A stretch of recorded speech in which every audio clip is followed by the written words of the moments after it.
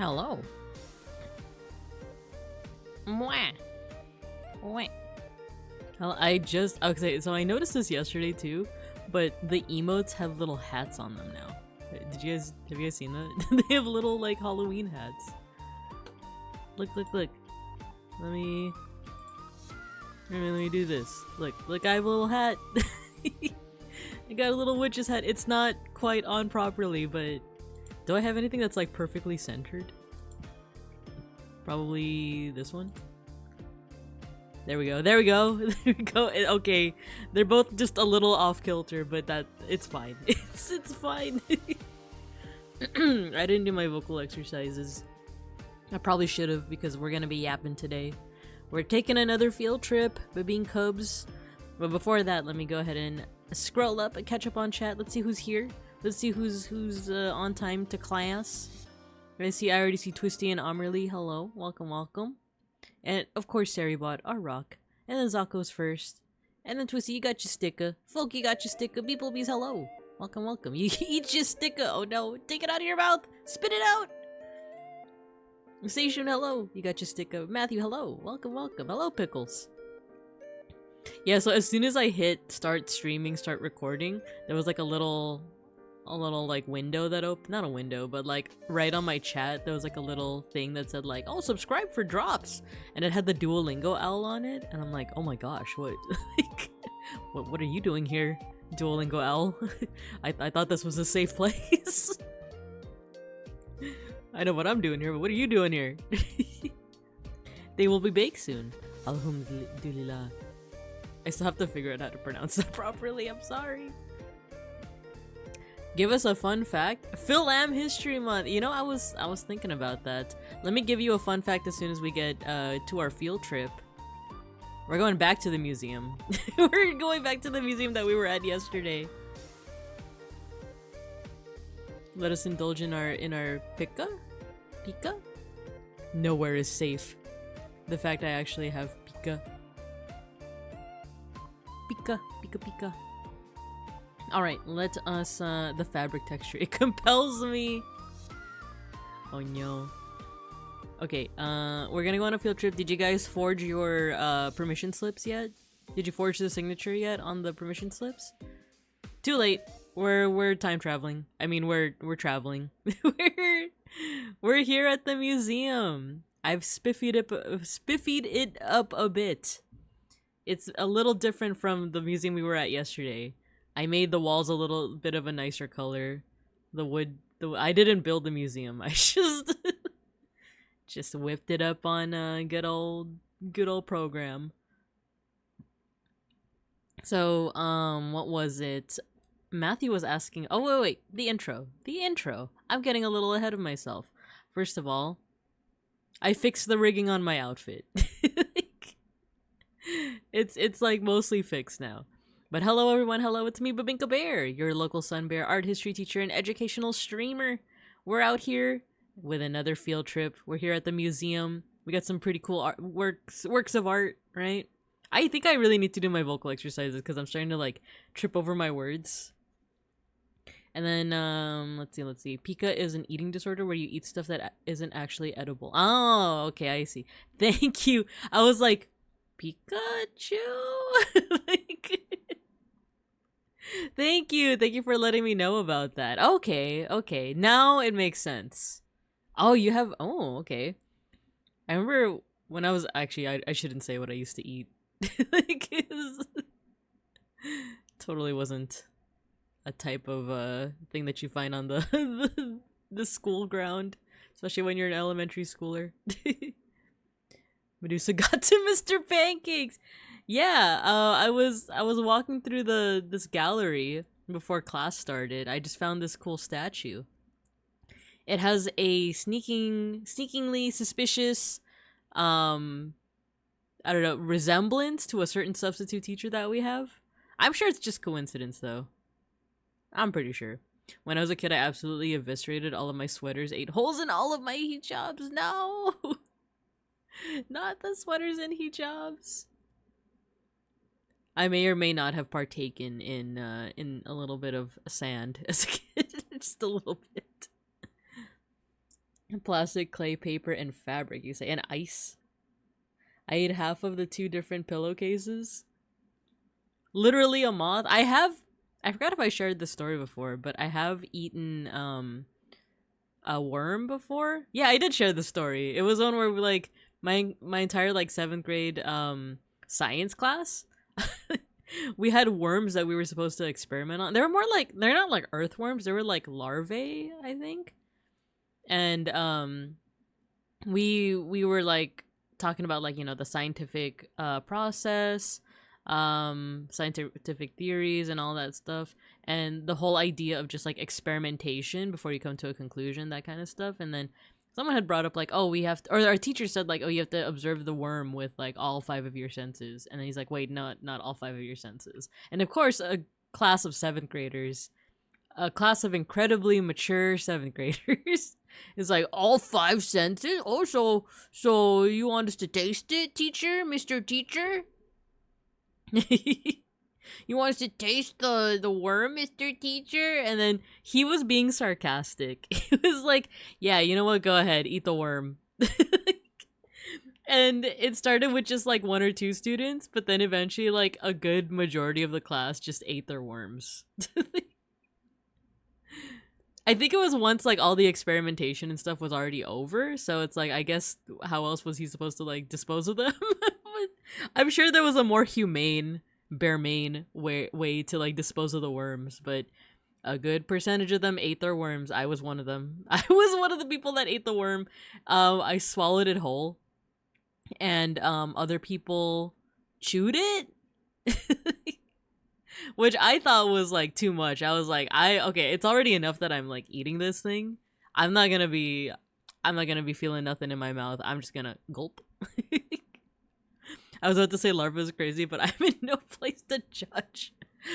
That's why, like, when you said moth, I was like, I could do you one better. Nah, I'm just kidding. But moth, like, what is the texture of that? Okay, we're not gonna think about that. We're not gonna think about that right now. We're not gonna think about the texture of eating various insects.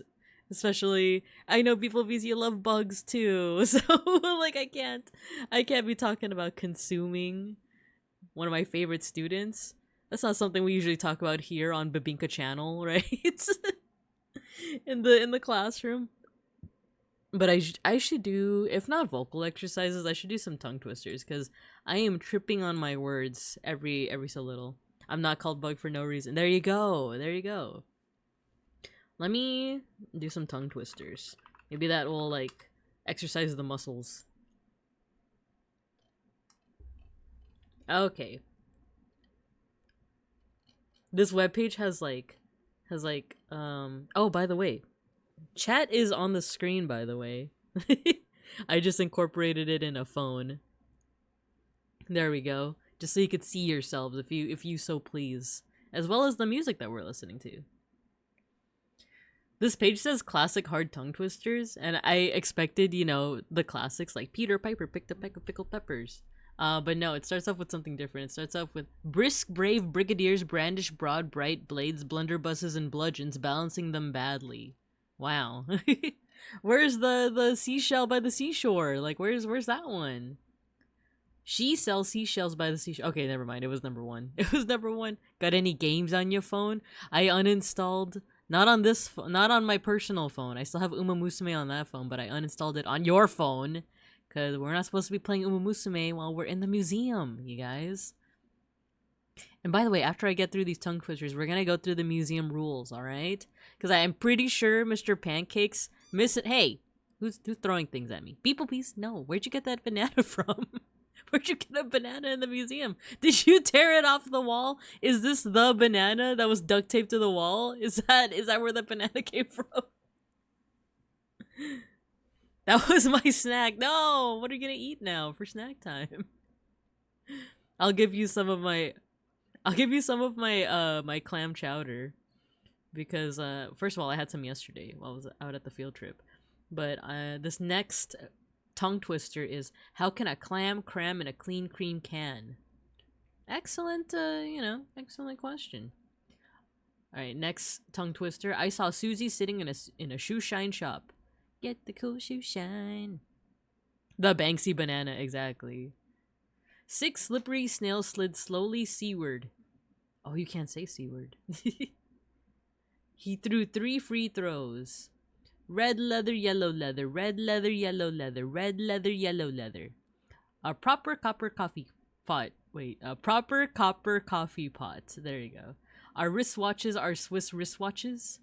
Fred fed Ted bread and Ted fed Fred bread. Irish wrist. Oh no, this one's hard. Irish wristwatch. Wait. Irish wristwatch. Swiss wristwatch. That was hard. Like, it was hard.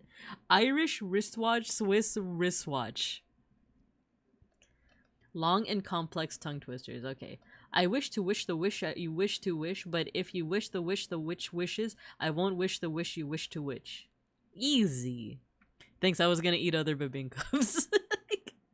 You could put a bibinka in the clam chowder. You could do that too. Betty bought some butter, but she said this butter's bitter. If I put it in my batter, it will make my batter bitter. If two witch would watch two watches, which witch would watch which watch? Watch.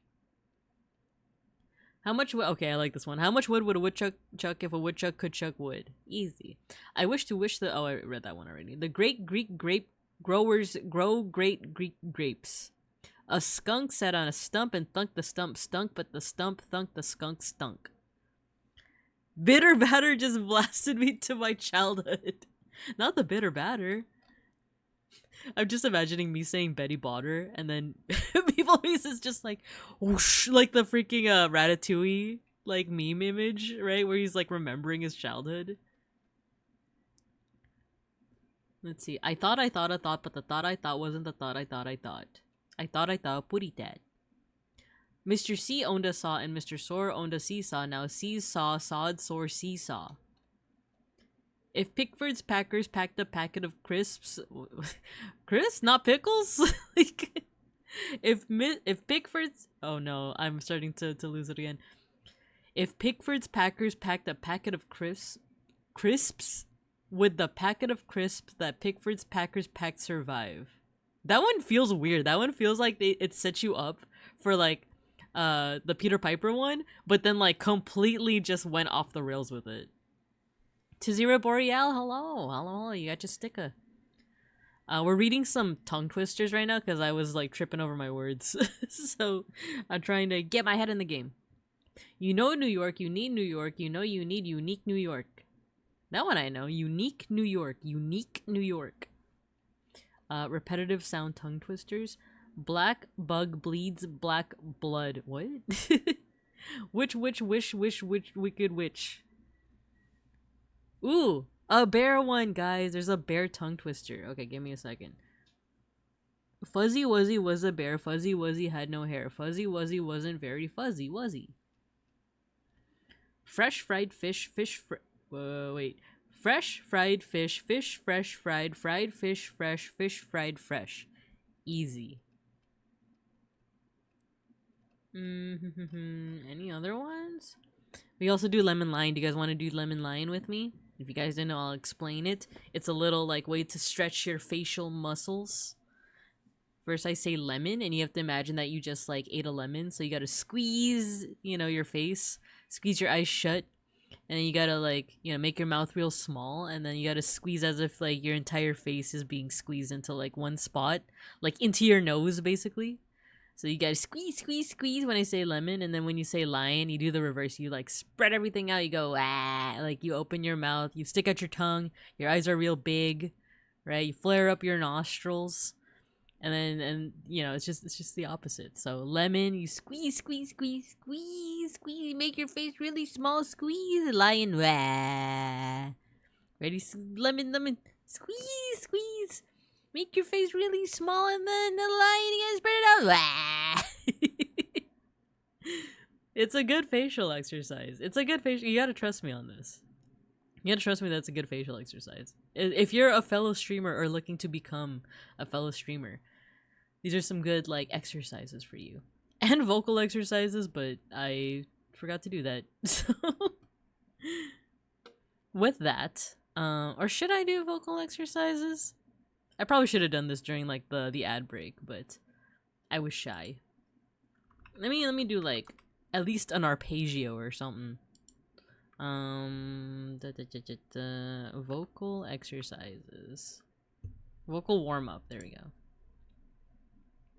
You guys might hear it. You guys might hear the video, but we're just gonna do like a couple.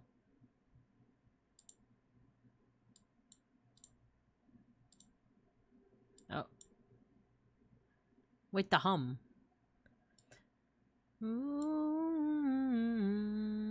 Just gonna warm up a little.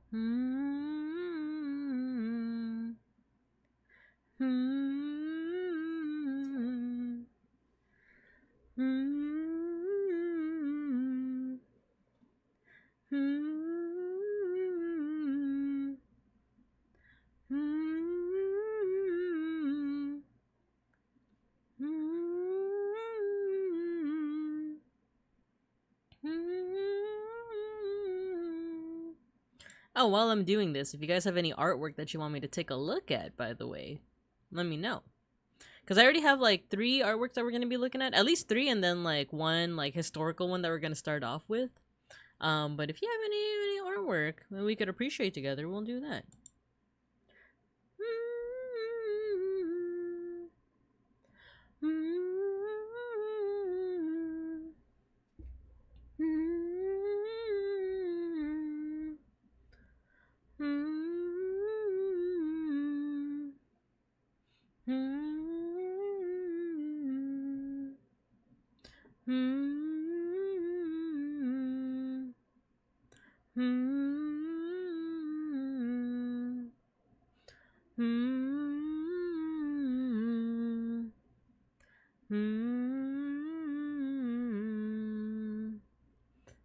I want to do the lip trills.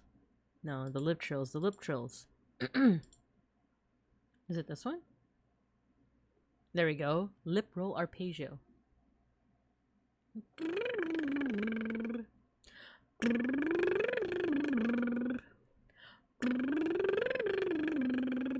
Does this sound funny on the mic?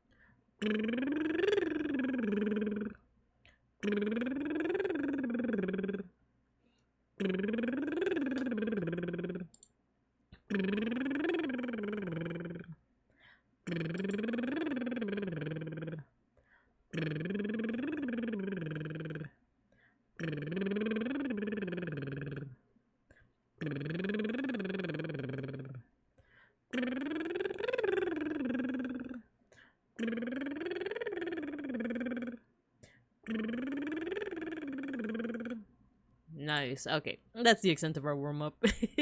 I think I am warmed up enough, hopefully. So I think now it's time for some... Let me put the phone away. Put the phone away, students. I think it's time for a little bit of art appreciation. Yahoo! Hold on, let me just check on something. Okay. Let me get my window up. So here's what we're going to be looking at for today. I wanted to look at a little bit more ancient art. Because for one, I'm a sucker for ancient art. And like I said, I went to a museum yesterday with some of my coworkers. I got to see a little bit of ancient art. It was pretty cool. We're going to be looking at that. And then I also saw this really cool art post. That is very inspired by like Mycenaean Minoan style, I want to say, and it has to do with the myth of the Minotaur. I'll also post the link in the chat as well. And then a couple people have submitted some artwork for me to take a look at as well. So, ooh, I just saw beeplebees what you posted. This looks really cool. Oh my gosh, this reminds me of oh, what's that one like RPG Maker game? Hylix. It reminds me vaguely of Hylix, so I might be down to take a look at that. This one was submitted by Peck School. Peck School submitted this one. This is made by I don't know if this person made it. Horse Dentist. They made Hylix fan art. Let's go. That's awesome. Oh, it says right here. This is by Susan Dew in Robbinsdale, Minnesota. Flat surface arrangement, class 7 amateur. I guess this was for like a class or something. But this is clearly a reference to Oh, okay, you were pinning the thing that I'm looking at. I was like what did you just pin? Yeah, so this is clearly based off of Francisco Goya's art for Saturn eating his child. But it's corn. Instead, it's corn. So we're gonna take a look at that. And then so there was also this video that I think beeplebees had posted by, what is this, No Evil. No Evil is a whole series, so I chose a short episode from the beginning that I really like. If this interests you, I highly recommend it. Ooh, okay. Oh, and this is only 2 minutes long, so we can definitely take a look at that. And then we have Matthew, who posted this one. This is an Uma Musume drawing by Dave Gustav. Praise to the strongest, and it's TM Opera O. Or I guess the way that they actually pronounce it in Japanese would be Te-em Opera. Te-em Opera. Oh. And then we have, what is this, Pebbles 1250, who, like, yeah, this is gonna be really cool to look at because there's a lot of cool experimentation with color here. I clicked the link and my identity has been stolen. No, not again! It just keeps happening. It just keeps happening. So yeah, that's what we're going to be looking at for today. If there's any other things that y'all want to recommend, you can either put it in the Discord if you're part of the Discord. It's in the Art Appreciation channel. Or you can, I did post to Twitter and to Bisky today. You can comment under those posts. And I should be able to see it. Let me actually make sure that I have those posts open. Just in case people post to there. There we go. Those are open. Okay, and with that, I'm just setting things up so that I can see both my screen and the chat. So give me a secundo. But yeah, I didn't really have an art piece to start off with in terms of Mycenaean art. In terms of Mycenaean civilization, this is like an early period within, like, I guess, Greek culture, or what we know as current, like, Greek culture. I actually didn't do a lot of research on, like, Greek. Oh, actually, here we could just do some research together. Mycenaean is a term applied to the art and culture of Greece from circa 1600 to 1100 BCE. So the name derives from the site of Mycenae in the Peloponnesos. If you guys want to know where that is, let me get a map for y'all. Peloponnesae. The Peloponnesian archipelago is essentially like what makes up Greece. So let me get a map for you guys.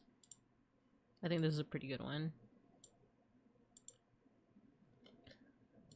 So yeah, the Peloponnese is the part, like the hand-shaped region in red over here. But this whole, like, I guess that's the Peloponnese. I wouldn't say this is the Peloponnesian archipelago. Or is it? But this whole archipelago basically makes up Greece. And Greece was made up of a bunch of different, like, city-states and a bunch of communities. So a lot of people might know of Athens. I think it's somewhere here. I'm actually really bad at, like, Greek geography. But you also have Sparta, which I believe is, like, somewhere over here. Ithaca, where Odysseus is from. All from kind of, like, this region here. So Mycenae would be on the Peloponnesos, would be on that, like, hand-shaped region. Where there once stood a great Mycenaean fortified palace. Mycenae is celebrated by Homer Simpson, now Homer the poet, as the seat of King Agamemnon, who led the Greeks in the Trojan War. In modern archaeology, the site first gained renown through Heinrich Schliemann. Oh my god, every time I learn about Schliemann, the professor always has to, like, I guess, like, have some fun with how the name is pronounced. I remember when I first learned about Schliemann, like, I want to say in college? If it was in high school, I wouldn't have remembered it, but I remember I had a college professor that could never just say Schliemann. He had to say Schliemann, and he was like, that's how I remember the name. Heinrich Schliemann's excavations in the mid-1870s, which brought to light objects whose opulence and antiquity seem to correspond to Homer's description of Agamemnon's palace. The extraordinary material wealth deposited in the shaft graves at Mycenae attests to a powerful elite society that flourished in subsequent 4 centuries. So, yeah, basically, like, this is our idea of Greece. Like, if you are thinking of, like, Athens and, like, I'm trying to think, like, yeah, like when the ideas of like democracy were developed and stuff. That was a little bit later. This is earlier. This is earlier in a place called like Mycenae, like the BCE period essentially. There are, if I'm correct, I think it says it right here. Yeah, so Homer's Iliad and Odyssey, he wrote these I'm trying to remember when. Like, I should know this because I used to like be a TA for a teacher that used the Iliad to teach history. But of course I don't. Like, of course I don't remember. 8th century BCE. Okay. Wait, is it really written in the 8th century? Oh yeah, it was. Yeah, 8th century BCE. He was talking about a time period that would have been like ancient. So yeah, like the Mycenaean period. So this was written a little bit later, but he was kind of like mythologizing. He was kind of talking about like this mythic past that would have taken place in Mycenae. It would kind of be the equivalent of like someone in America writing like a mythologized version of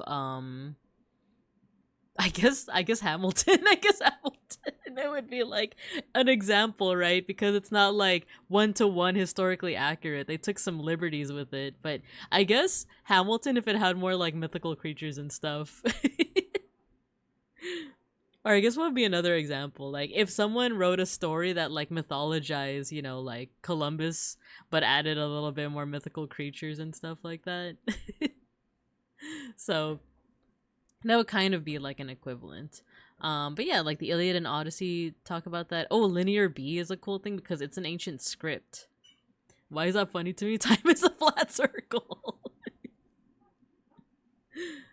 I mean, if you think about it, I hesitated to say this early on, but like if you think about it, the way that Columbus was talked about prior to like more recent years kind of was like a mythologized version of like his expedition because yes, Columbus getting destroyed by cryptids. I feel like there is like a mythologized version of like Columbus's sail of like, oh, he was trying so hard to prove that the earth was round and like the yucky church was like you know, like they were doing that, and then like he landed, you know, like in America and he discovered it and he paved the way for Europeans to to come to America. And, you know what I mean? Like it's so like mythologized as opposed to like, oh, this guy was messed up. This guy was messed up. Yeah, I feel like I would be more likely to hear a story, or not more likely, I would be more down to hear a story about Columbus coming to America and getting destroyed by cryptids, like the freaking like Flatwoods monster and stuff. God, if only. So yeah, like the Odyssey and the Iliad are kind of like similar in that way of like talking about this mythologized past. But this would be kind of like the reality of what that past actually looked like. So we have various arts here. By the way, I'm visiting. This is the Met Museum.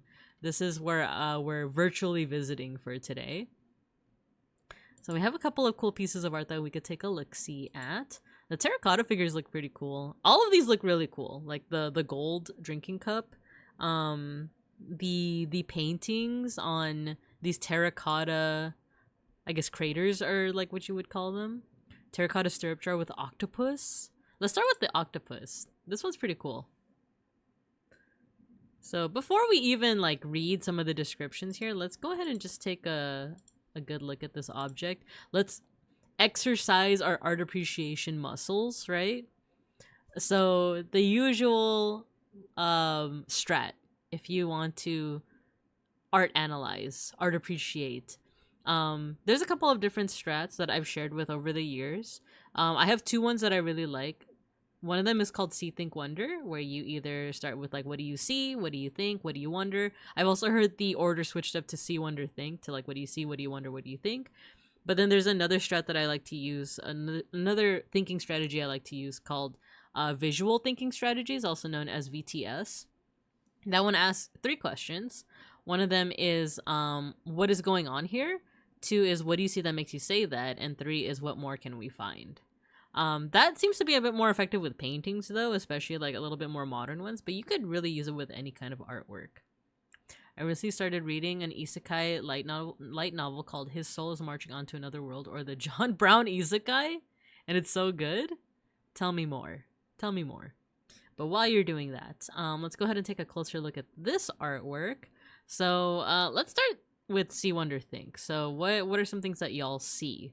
From there, we'll talk about like what are some questions we might have. Like if we had the artist or the craftsperson like right in front of us, what would you want to ask this person? And then after that, we can talk about what we think this might be or what it might be used for. So I'll go ahead and get us started. So right now I see a kind of vessel, so something that was probably made to hold something else. And what I see that makes me say that is like it's pretty bulbous in appearance, right? But there's also a top here. To me, it also resembles like a vase that you would see nowadays, or like a ceramic vase. There's 2 openings here. There's 2 openings, but one of them is covered. It looks like a false top. This one I can't see for sure, but it looks like this one would be open. So maybe you like pour water in here. And then this is how you like store water or wine or some kind of like either liquid or small like grain solid. So like grain, for example, sand if you need it.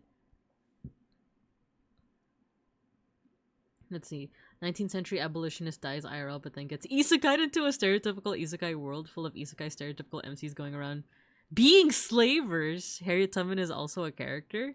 Is neat. Interesting. Okay. What's it called again? I'm gonna Google this. His soul is marching on to another world. I'm gonna Google this. Does the main character be like, hey, no slaving?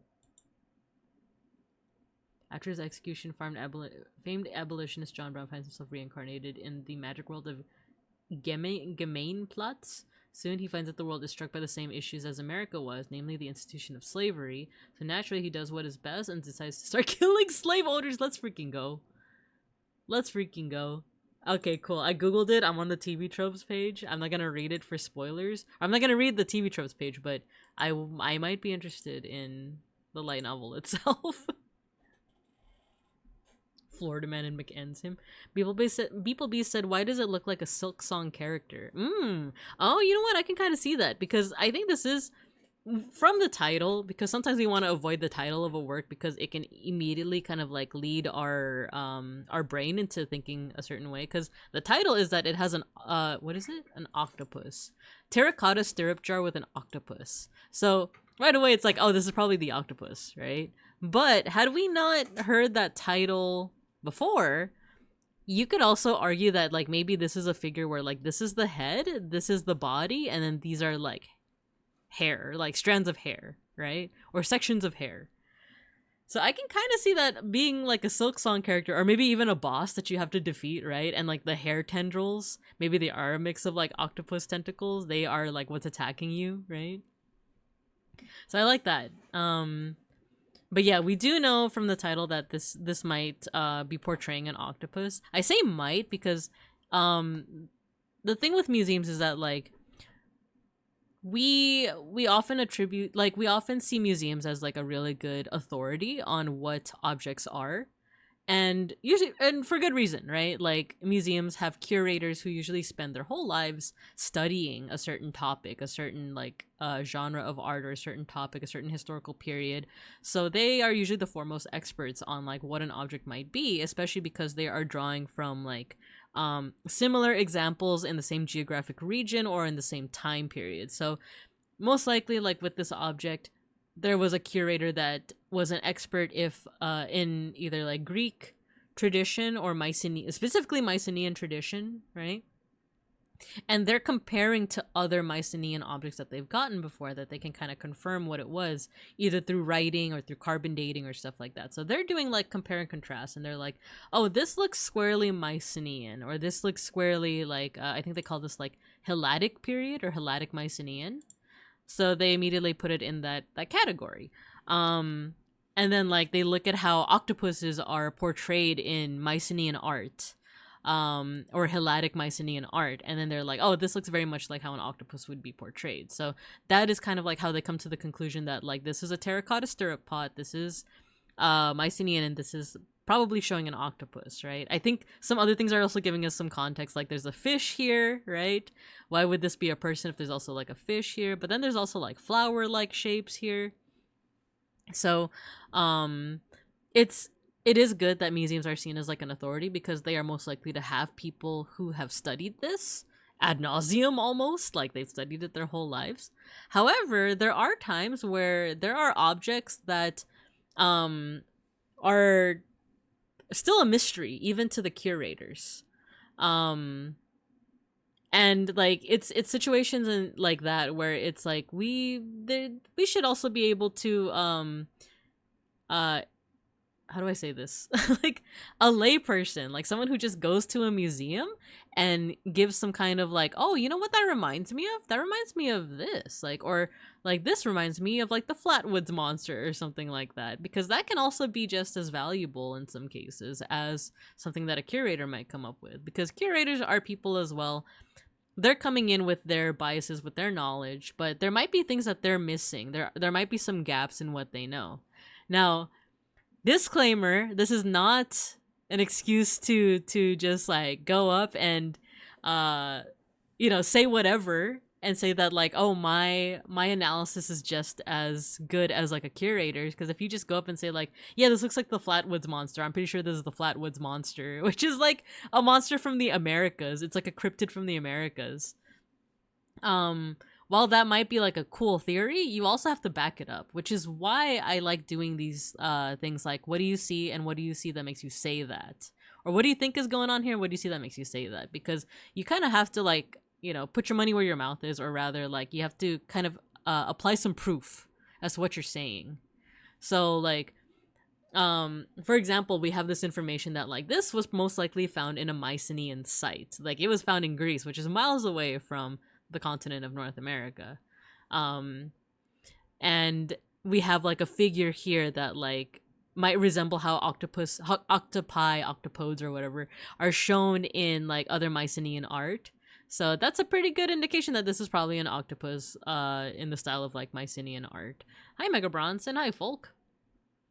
Hello. We are observing. I'm going into a whole thing of like art analysis and why your analysis might be just as good as a curator's. However, just know that a curator has like a lot of information already kind of in their back pocket, but there are some gaps that there are some gaps in their knowledge which might be really handily filled in by like a layperson, by someone who's just casually observing. But you do still have to back up your theories with some evidence, because if you just say that like, oh, that's not an octopus, it's a Flatwoods monster, which is an American cryptid, it's like, oh, well, what's your evidence for that? Because, if you're talking about a cryptid from miles away on a completely different continent, how would you, like, what is your thought process behind why this would be showing that cryptid, right? So, yeah, but with that in mind, if you are very mindful of where the image comes from and what it might be portraying, then you're still free to come up with like whatever theories you want. I don't know, this is just an exercise I like to do with the students as well, because this is essentially what I do for work. I show students an object and I have them look at it and I'm like, what do you think it might be? And they come up with some really interesting theories, and some of them are poop posting, right? Some of them are trolling. Some of them are rage baiting. Some of them are just... I had a student one time where I was showing them an Egyptian statue and they're like, oh, it looks Chinese. And, I could have easily just, like, nipped it in the bud and just been like, no, it's not Chinese. We know that this is a statue from Egypt, but, you know, I wanted to kind of like let them exercise their art appreciation muscle. So I was like, oh, that's an interesting observation. What do you see here that makes you say that the object is Chinese? And then they proceeded to use like pretty negative stereotypes, and they started to do the eye thing, and I was like, it looks like this, miss. They look like this. And I'm like, okay, we're going to stop right there. We're going to go ahead and stop right there. We're not going to use stereotypes in this classroom. We're not going to use negative stereotypes. We're not going to use anything that's like hostile to like, you know, to other cultures and communities, stuff like that. So some students are pretty much trolling. They just want to get like a rise out of you, but there are some times where like a student will say something that seems completely out of left field. You know, like the example that I gave, like, oh, it looks like the Flatwoods monster, right? And they'll actually provide evidence of like, oh, well, I see that like it has these two bulbous eyes, and then that the head is you know, kind of like a clover from, not clover, a spade from like a playing card, right? And that reminds me of the Flatwoods monster, and it almost looks like this is like an aura around it. I'm like, all right, cool. You're using the evidence that you see with your eyes to theorize what this is. So I can abide by that, sure. But just know that, like I said before, Flatwoods monster, that's from a completely different continent, a completely different culture. So how do you think, how would you think that the Flatwoods monster would be on a vessel like this? And if they say something like, oh, maybe there was trade between the Americas and Greece, even though we know historically prior to a certain time period that wasn't possible, that's still like using your critical thinking skills. That's still like, okay, now you're thinking of how two different cultures from different sides of the globe might have like interacted with each other. That's good, right? I would still prefer a response like that seems ridiculous at first glance, but then you try to explain it with the best logic that you can. I still prefer that over, I don't know, a kid saying that it looks Chinese and start using certain stereotypes. Yeah, it's a horse. Like, explain. Yeah, explain. Go ahead. Oh, wait. Yeah, what if this is like a horse but frontal, right? Like, this is like a horse looking at you straight on. And this is the snout, right? It's an umumusume. Kimi no aibaga. And this is the ears, right? Actually, yeah, if you look at it a certain way, if you look at this as like some kind of mammal front on, like this is a snout, these are the eyes, these could be horns, right? So maybe this is like an abstracted bull. That might be another way to read it, but then you would have to explain like what these other parts are. Maybe this is like a mane, so maybe it is a horse. But yeah, that's just an example, right? I'm not saying that it is a horse, but it definitely looks like an octopus. But yeah, that's just an example of like other ways that you can like read it, right? A non-zero amount of artifacts discovered in archaeological digs were actually marital aids. Like, as in you in our biz we also call it fertility aids. But yeah, that's another thing. Yeah, that's another thing that I run into with the students occasionally is like I'll show them a statue and yeah, fertility idols, there we go. I'll show them a statue from Egypt, and then the picture that we have has like a female goddess statue, and one of the students will say like, oh, it's a female, and I say like, oh, how do you like, what do you see that makes you say that it's either like female or femme presenting, right? And they'll say like, oh, they have long hair, they have, and then they'll like stop and giggle, and then I'll be like, yes, breasts. Like, yes, they have breasts. It's a normal part of anatomy. Yeah, that is one way to imply that this figure might be femme presenting or female, right? So that's fine too. I've seen some educators that do it very expertly. They very expertly kind of navigate that by kind of like taking the wind out of their sails. Like, instead of turning it into a joke, they're like, yes, you're noticing there are secondary sexual characteristics such as breasts, and that often identifies certain figures as being like more femme presenting. So good job. like it takes away the joke, and therefore like the students don't giggle as much anymore. It's like, okay, this is a scientific thing. Okay. I interpreted all those things as a mane. Ah, there you go. So there you go. This could be interpreted as a horse as well. So that's the snout, that's the eyes. We have like all of these things could be like the mane of a horse. So there you go, right? That's a different way to read this object. Like the Greek Herms, yeah, they're hermaphrodites, right? You pray to Hermes for luck by touching the Herma on the tip. Oh, interesting. I kind of like that. Okay, yeah. So like if this is some kind of marital aid or fertility aid, you know, yeah, that might, because I know that there are statues. I remember I went to the Getty Villa a couple of months back. They were showing a bunch of statues that just had like the head of like a deity or a person, and then like a little bit below would be the peanuts. like someone actually sculpted out the penis, and it was actually for like a certain, I actually don't know the reason off the top of my head, but I just remember that was definitely a thing. Unless that is exactly what you're talking about. Is that the Herm that you're talking about, Matthew? I'm kind of curious now. But going back to this object, so I said initially that 'tis a joke the Herma, plural Herme, were obelisks dedicated to Hermes. Yeah, okay, yeah, that's what I thought. That's what I thought too. The Herme. So yeah, those are definitely things. He was the god of, yeah, trade and travelers, thieves, crossroads, like the what is it? The margins, basically, the marginalized. He's also like the what's it called?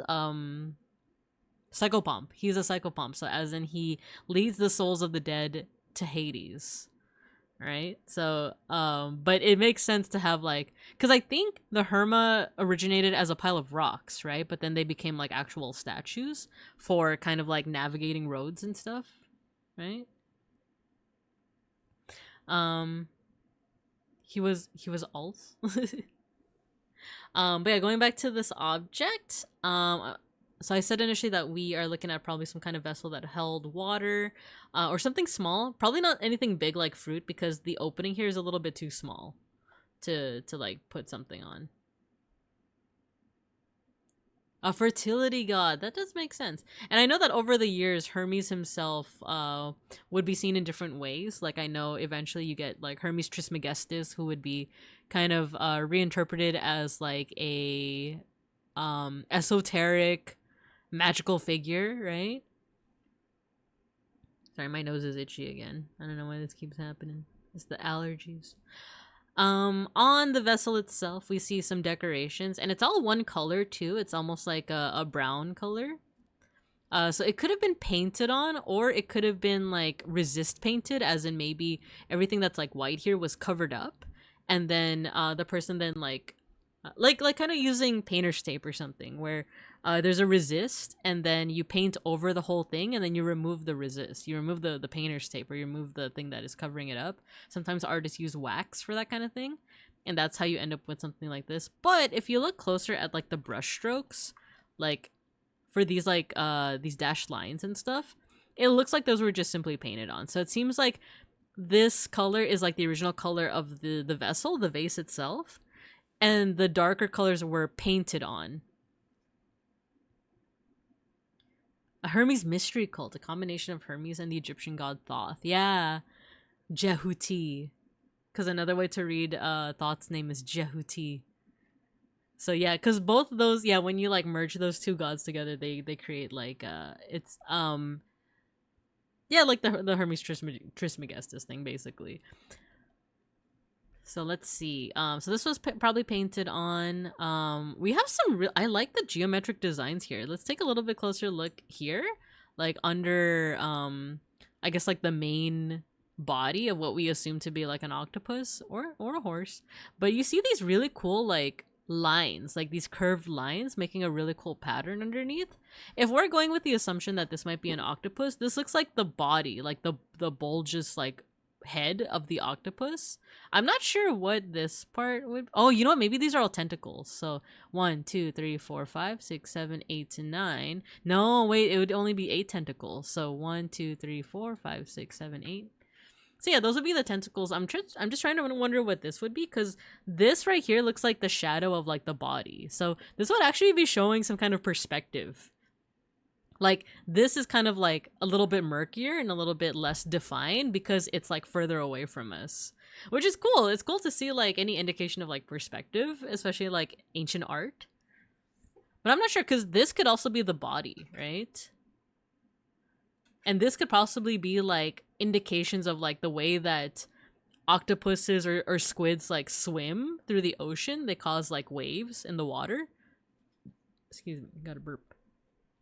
So maybe this is like supposed to be indicative of like the undulations in the waves and stuff like that. Right below, we also see a fish. Over here, we see some like flowery motifs. It kind of looks like flowers, right? It could also be seaweed.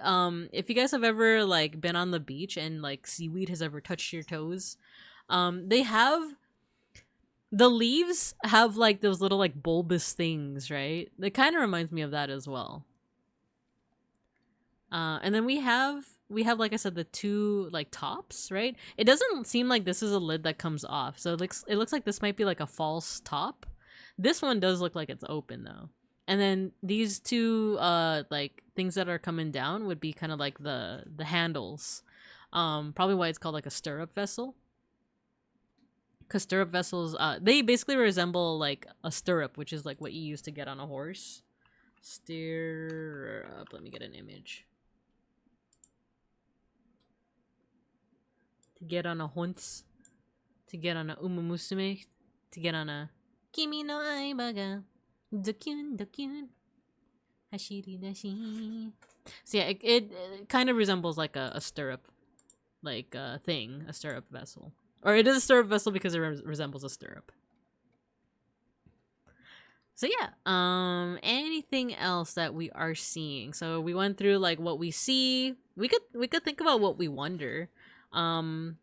Like I wonder, well, we were talking about like how the paint was applied. I wonder how the paint was applied.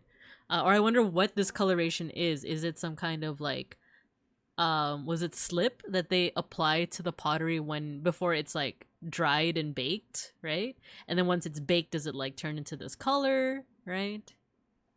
Is this the original color of the pot, or is the dark brown the original color? You know, I kind of wonder how that was applied.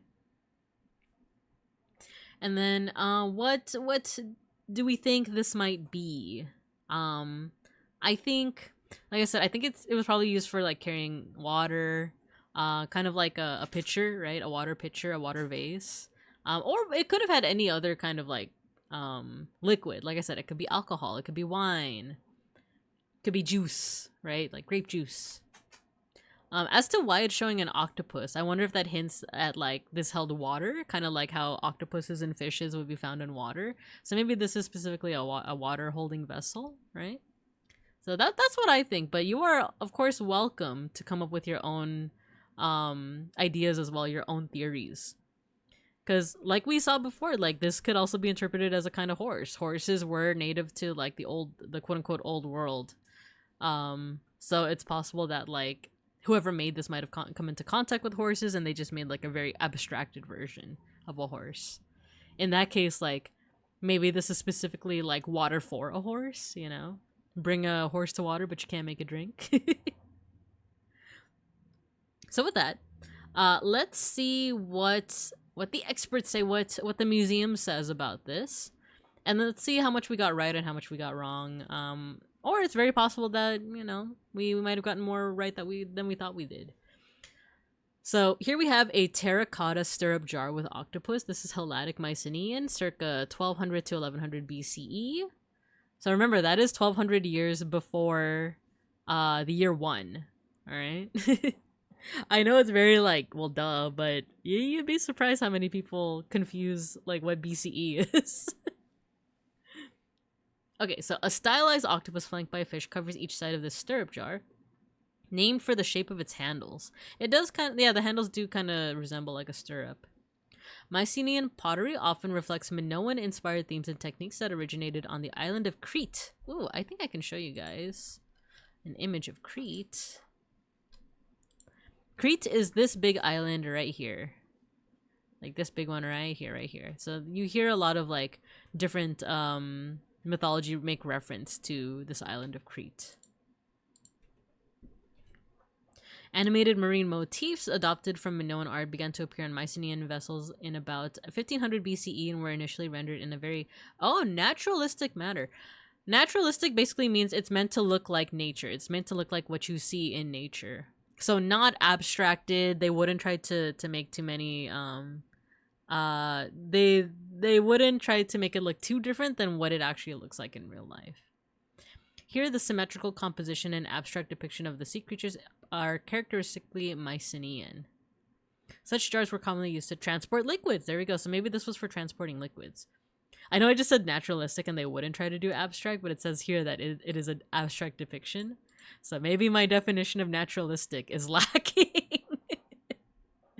Maybe I was mistaken. But I learned naturalistic as not necessarily realistic, but as you would see in nature. But yeah, there is a little bit of abstracting with like how they drew the tentacles, right? So that's pretty cool. Oh, a full object record. Tell me more. Tell me more, tell me more. Oh, we could see some other views. Very cool. 1,000 cranes. Hello, welcome, welcome. Thank you for joining the class. I do think we are about to hit a ad break soon. Or you know what? Let me snooze the ad break just for 5 minutes. But yeah, welcome to class, or rather welcome to our field trip. We are out here at the museum. We're looking at some Mycenaean art at the moment. We have some different views here. So, if you look at the eyes, I think this is another... Is this another side of the octopus? This is another side of the octopus. Look at the eyes and how they're drawn versus like on this one. This one is a little bit thicker, or the line here is a little bit thicker. So this is probably like the other side of the stirrup jar. Oh, you know what? I think I was mistaken. Maybe this isn't an wait, is this an opening? I'm confused.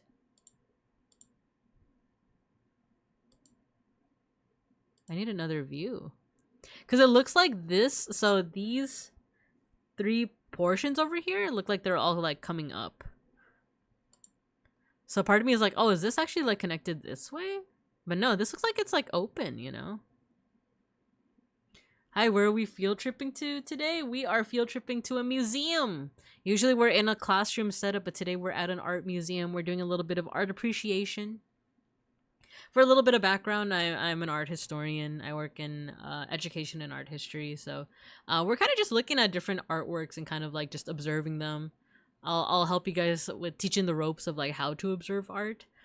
We also have some art that people have submitted as well to take a look at. So yeah, we'll be doing that. We do have an ad break in about 5 minutes, so I can like take a break. I need some water. I definitely need some water.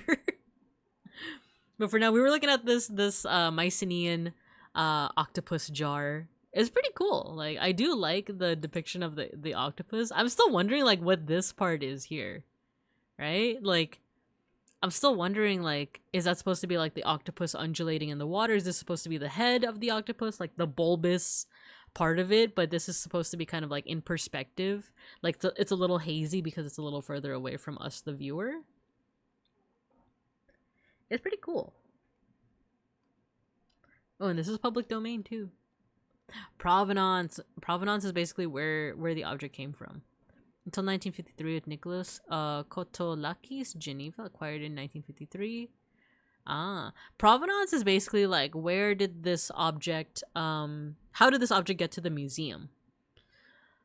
Because museums do have a shaky, very sussy history in terms of where they got their objects. A lot of objects, like for example, the British Museum is kind of infamous for this, but really any big museum in any part of the world, especially like in the US, a lot of those objects were probably looted from grave sites, and then they made their way to like certain markets and stuff until they were bought by like a very rich person, and then that very rich person would eventually donate to a museum. So it's not like a lot of these museums are like, you know, paying people to just loot tombs and stuff. That might have been the case in the past. And maybe even in the present there might be some shady dealings here and there, but for the most part they do a lot of these are becoming a little bit more public, of like the provenance of each object is becoming more public. So they tried to stray away from doing that, at least in a very obvious manner. So that's why they preferred either donations from like certain folks from certain organizations, or they sponsor archaeological digs, or they buy from like or they get like donations from like rich people who already had these objects. So Unfortunately, like in the case of this object, we only know its provenance up until 1953.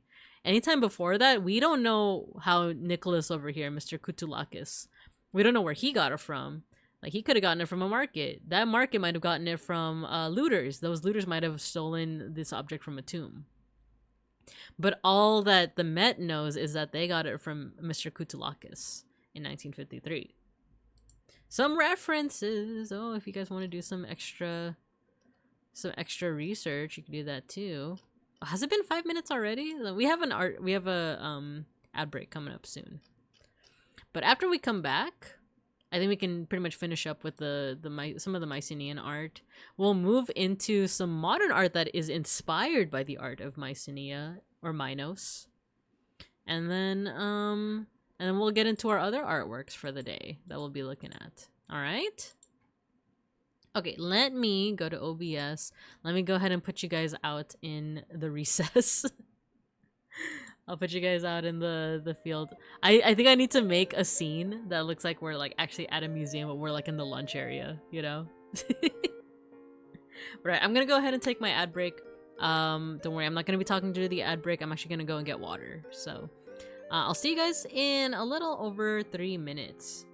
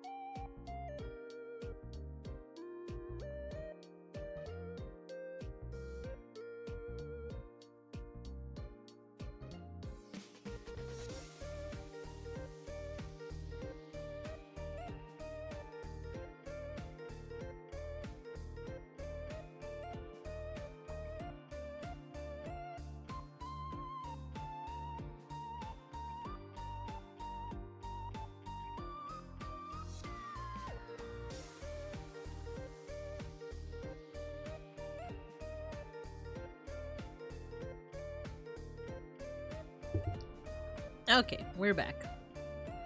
That was a quick 3 minutes. I was able to get some water, and there's some pastries too in the kitchen, so I just helped myself to some pastries. Needs a museum gift shop for bricks. Oh yeah, we were talking about that yesterday, because I used like a rudimentary museum setup for yesterday's stream. Today's museum setup, which we can go back to right now, is a little bit more fleshed out, but just a little bit. I would like to add more things, or even just draw my own, because I have drawn my my other assets. In fact, if we want to make a quick stop back to the classroom, there we go. This is what the classroom looks like. Oh, let me put away the smartphone. There we go. This is what the classroom looks like. Very woody, right? Woodland. There's that. So it makes sense that we go to recess for the break, right? And the people were talking about the museum gift shop yesterday, but I forgot to make that. So maybe that's a good idea. Maybe every time we go to the museum, our break place will be the gift shop where you guys can get some merch. Some little animals and stuff. Some little, like, Mycenaean pottery recreations. It's an impressive museum. The fig leaf on the statue is a good touch. I'm glad that you like it. Yeah, that is Mr. Pancake. Oh no, it's not Mr. Pancakes. It is the cake of Pan of unknown origin. Wait, let me move myself over a little bit. There you go, so you can see it. The cake of Pan, unknown origin, marble, gift of pancakes company. Same with the this painting that we're using right now. Like up there, you can see this painting that we're using right now to do our art appreciation.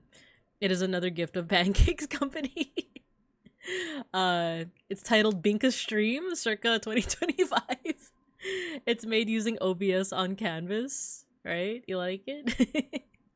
But yeah, so we were talking about Mycenaean art. Let's see what else. Let me just make sure I can see my chat on my other screen. Let me go back to this window. So there's a whole lot of other like Mycenaean art that you can go ahead and take a gander at if people are interested. I'll put the link here in the chat right now. But for now, we're going to go ahead and move on to another thing that I wanted to look at, which is still, I think it's a good transition into us looking at contemporary work. From Mycenaean artwork. We're gonna be looking at this artwork by Carly Art Hell. I'll put this in the chat as well. I actually saw this by chance, like before I went to on a field trip yesterday with my team. It's interesting because it is in the style of, I want to say, like Mycenaean and Minoan art, but it is squarely telling the story. It's related to the story of the Minotaur. So if you guys are not familiar with the story of the Minotaur, it's one of like a pretty popular like Greek myth. I actually don't know the names that well. I think they in the comment section they say Pasiphae is one of them. And then there's King Minos. Alright, I'm gonna try to retell the myth from what I remember, but we might have to get some help from trusty Wikipedia or any other of the sources that we can use. There was, I believe King Minos had boasted that he was like better than the gods in some way. So the gods punished him by making his wife, Pasiphae, in love with a bull. And so she, you know, did the deed with a bull, and she ended up giving birth to a half man, half bull monster called the Minotaur. And out of disgust for how ugly this Minotaur looked, King Minos built this maze, this labyrinth, if you will, and he would toss in sacrifices or just enslave people into the labyrinth for the Minotaur to consume, essentially. So let me see. Minotaur. Let me see how much of that I got right or wrong.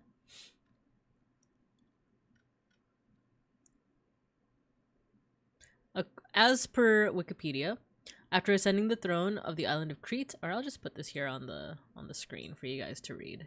Let's do dark mode. There we go. A little bit easier on the eyes, in my opinion. After ascending to the throne of the island of Crete, Minos competed with his brothers as ruler. Minos prayed to the sea god Poseidon to send him a snow-white bull as a sign of the god's favor. Minos was to sacrifice the bull to honor Poseidon, but owing to the bull's beauty, he decided to instead keep him. Minos believed that the god would accept a substitute sacrifice, and to punish Minos, Poseidon arranged Aphrodite for Minos' wife, Pasiphae, to fall in love with the bull. Pasiphae had the master craftsman Daedalus fashion for her a hollow wooden cow, into which she climbed to let the bull mate with her.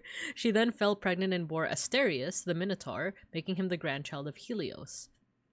Pasiphae nursed the Minotaur, but he grew in size and became ferocious.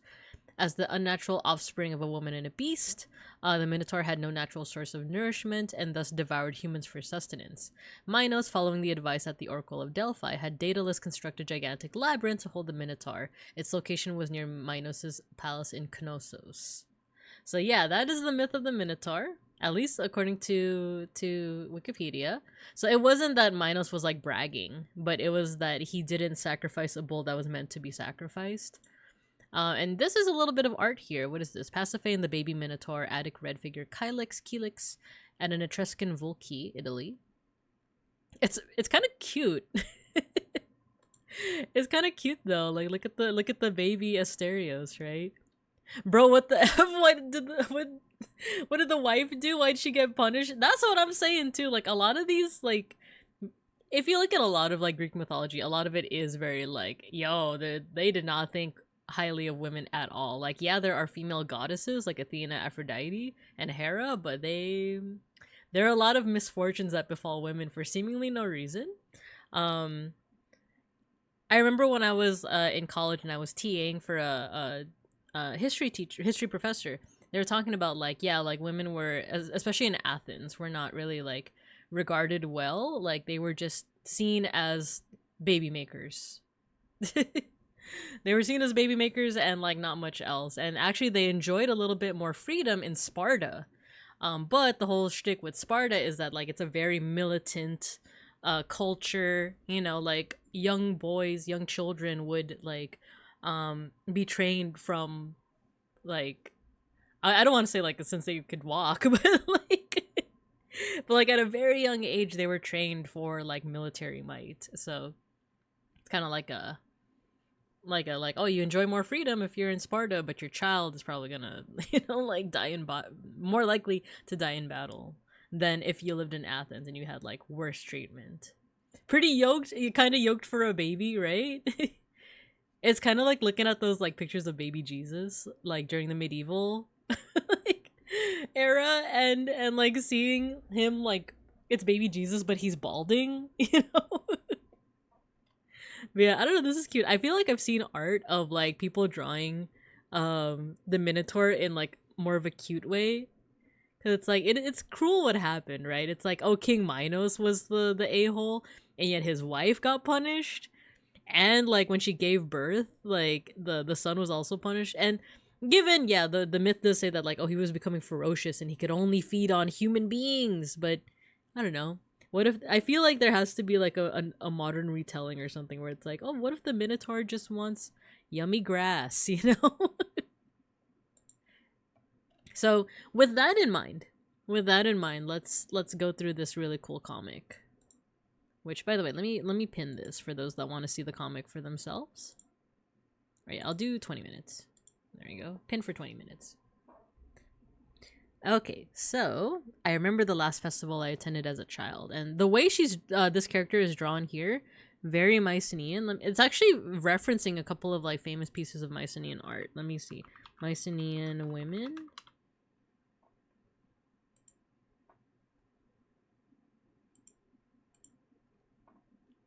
This is a good example. This is as per the World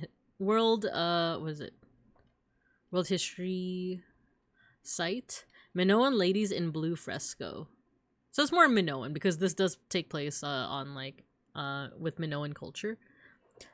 So if you freaking close this message, like close all these messages. There you go. If we take a closer look at this artwork, this is how like Minoan women would be depicted. I like the style a lot, actually. If you take a look at the style, like I like how like the hair is drawn very like organically. You can kind of see a little bit of overlap, so they played around with a little bit of perspective as well. One thing about like Mycenaean and Minoan like culture, they're not interchangeable, but the way I learned it, like they're pretty close to each other. The clothing of Mycenaean here, both Minoan and Mycenaean women sought for a pinched waist to achieve the epitome of feminine aesthetic. In many depictions I've seen, their breasts are exposed, but their bottoms are not. I'm not sure if it's true, but I remember hearing, at least like when I was in college, that like in this culture it is very normal to expose your breasts, but you would not expose your legs or your ankles. Like that was that was like a little too sexualized, right? You could have the boobies out. Because the boobies are just for feeding children. It's for feeding the babies, right? There's nothing necessarily sexual about it. But the ankles, though, the ankles, I don't know if that's actually true, if like they hid it for those reasons, or that's the reason why they like exposed their breasts for that reason. Like why that was normalized in that culture, whereas like you shouldn't be showing your legs, you know. But I just think it's pretty cool. It really shows like how much of our culture really is just like socialized. Like we live in a society, as they say, you know. But with that in mind, if you compare and contrast like this painting with like how this character is depicted, there you go. It's like it's not one-to-one, but it is like very much inspired by it. So I remember the last festival I attended as a child. The dancers, the priestesses, the vessels of wine brought here by the hundreds. I like the dancers the most. And then there was a sacrifice. Doo-doo! A bull bled out and left on the altar. No! Poor guy. I remember the eyes. I remember how father watched mother during the creature's final moments. I think he wanted to see her cry. The next few days were quiet. Mother shut herself away. Father was cold. I filled my time with wandering the complex. And then I saw it. A lone thread that called me deeper into the maze. And so I followed and followed. I don't know what I expected or where I would go. I found him. It's the Minotaur, it's the baby. He did not speak. I don't know if he could, but he lifted his collection to me. Perhaps he wanted me to make the two bundles whole again. Ariadne! Leave this monster, lost in the halls. He will be gone soon. And like that, he was gone. Never another thread. I still remember him. I remember him still. I remember his eyes. A monster, father called him. The Minotaur, I heard. I know him now, as brother. Aww, he's crying. He's crying. He's sad. Wait, this is making me sad. He's just a baby. He's just a calf. He didn't deserve it. Wait. He didn't deserve it. He's just a boy. He's just a little lad. But yeah, like this is basically like a reference to the whole like Minotaur mythos, because the story does continue with I forgot, is it Perseus or is it Theseus that eventually defeats the Minotaur? Let's look to our creation myth. Theseus, it's Theseus. And it is Ariadne who I believe helps him. Yeah, Minos' daughter Ariadne fell madly in love with Theseus. So if we go here, this is supposed to be Ariadne. I know, the poor baby Minotaur. I like the bull in the sad scene. Bro, the House of Leaves jump scare on the side. Not the House of Leaves. Wait, is it? I want to see. House of Leaves jump scare. No. I still haven't read House of Leaves. I know that one's like trippy apparently, right? Like it's one of those books that can only be a book. Like you can't make a movie out of that. I still haven't read it, but House of Leaves jump scare is so funny. But yeah, so this is Ariadne. What I'm noticing too is that her hair is like, I feel like that's probably how children had their hair. Like it's almost like shaved except for the bangs, the side locks, and the ponytail. It's kind of similar to how children had their hair in Egypt. In Egypt, they had like a side lock. Like all of their hair was shaved except for a lock of hair that is like to the side, and that's how you know that it's a kid. So if you see that hairstyle in like Egyptian art, it's supposed to be like showing like a child. Let me see if I can find it. Side lock, Egypt. The side lock of youth. There you go. Yeah, so there was like just a lock of hair to the side and everything else is shaved. Oh, here we go. We have like a 3D version of it. It kind of reminds me of that. I actually didn't know that, like, if there is like a tradition where you would shave the children's heads until, except for like certain parts, right? It looks pretty cool stylistically, right? Like if you look at like how it's depicted in artwork, that's like a good like dead giveaway that it's a child. So yeah, this is like a reference to the Minotaur. I believe in the myth, Theseus was tasked with killing the Minotaur. Yeah, he was what is it? I saw it as a headband, but that makes sense. It could be. I actually haven't done too much research, as you guys have kind of noticed with how I kind of hesitate with talking about Mycenaean culture and art. I actually haven't done too much research in Mycenaean culture. I would love to, considering just how like lively the art that they left behind is, right? But yeah, like in the myth, Theseus is a Greek hero that is tasked with killing the Minotaur. And because it's been like, you know, terrorizing the land by eating people, but also it's locked in a labyrinth. Like the whole thing is like King Minos basically just wants it gone because it's an eyesore, quite literally. So Ariadne, who falls in love with Theseus, uses a thread in order to navigate the labyrinth. So this is kind of a reference to that. This seems to be saying that instead it's the Minotaur that like just does that, almost as if like the Minotaur wanted to be found by someone, right? This is cool too. I like this composition, showing just like how like the different, like she's going up and down, she's going left, right, like she's going different ways to navigate through the labyrinth. This is adorable, and I like the whole thing of like, I remember the eyes of the bull, right? It's so cute, the little guy. He's just a little guy. He's just a boy. He's just a little calf. I saw a meme where it was like it was like King Minos. Wait, King Minos meme. Baby cow. I wonder if I can find it. Yes! I found it, I found it. Do you guys want some Minotaur propaganda? If the comic wasn't enough for you, I'm gonna give you this one. King Minos, get this monster out of my sight. Put it in a labyrinth so I never have to look at it again. God's holy F. The Minotaur born like a day ago. Like, come on. Like, come on. I know that the gods curse your wife to procreate with a bull, but look at him. Like, look, he's just a little guy. He's just a boy. He has a little collection. And this is where King Minos comes in. He brings Ariadne away. If she pulled the thread, though, to find her way to the Minotaur, how did King Minos find her? Does he just know his way around the labyrinth, you think? That's interesting. This was so sad. House of Leaves jump scare. But come on, guys. He's just a baby. He's not gonna do nothing. But yeah, that one's cool. I like how they use a lot of like Mycenaean Minoan artwork as like inspiration.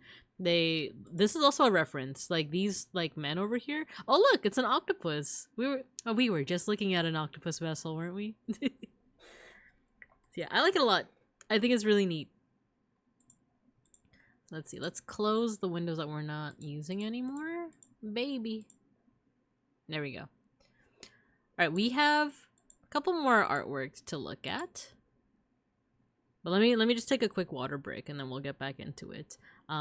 This will spend a little less time because it is very technically impressive, but we've also talked about the artwork that it's inspired by as well. So let me get some water in first.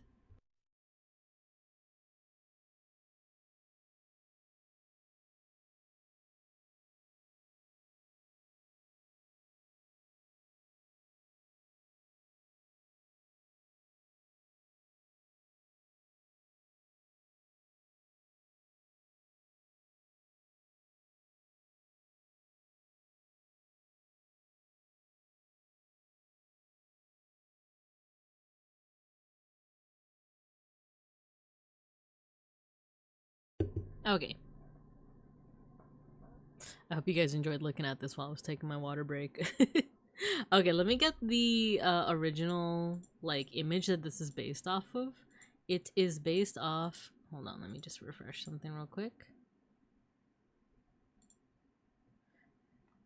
Saturn devouring his son. A famous like painting from Francisco Goya. We've talked about this one almost ad nauseum.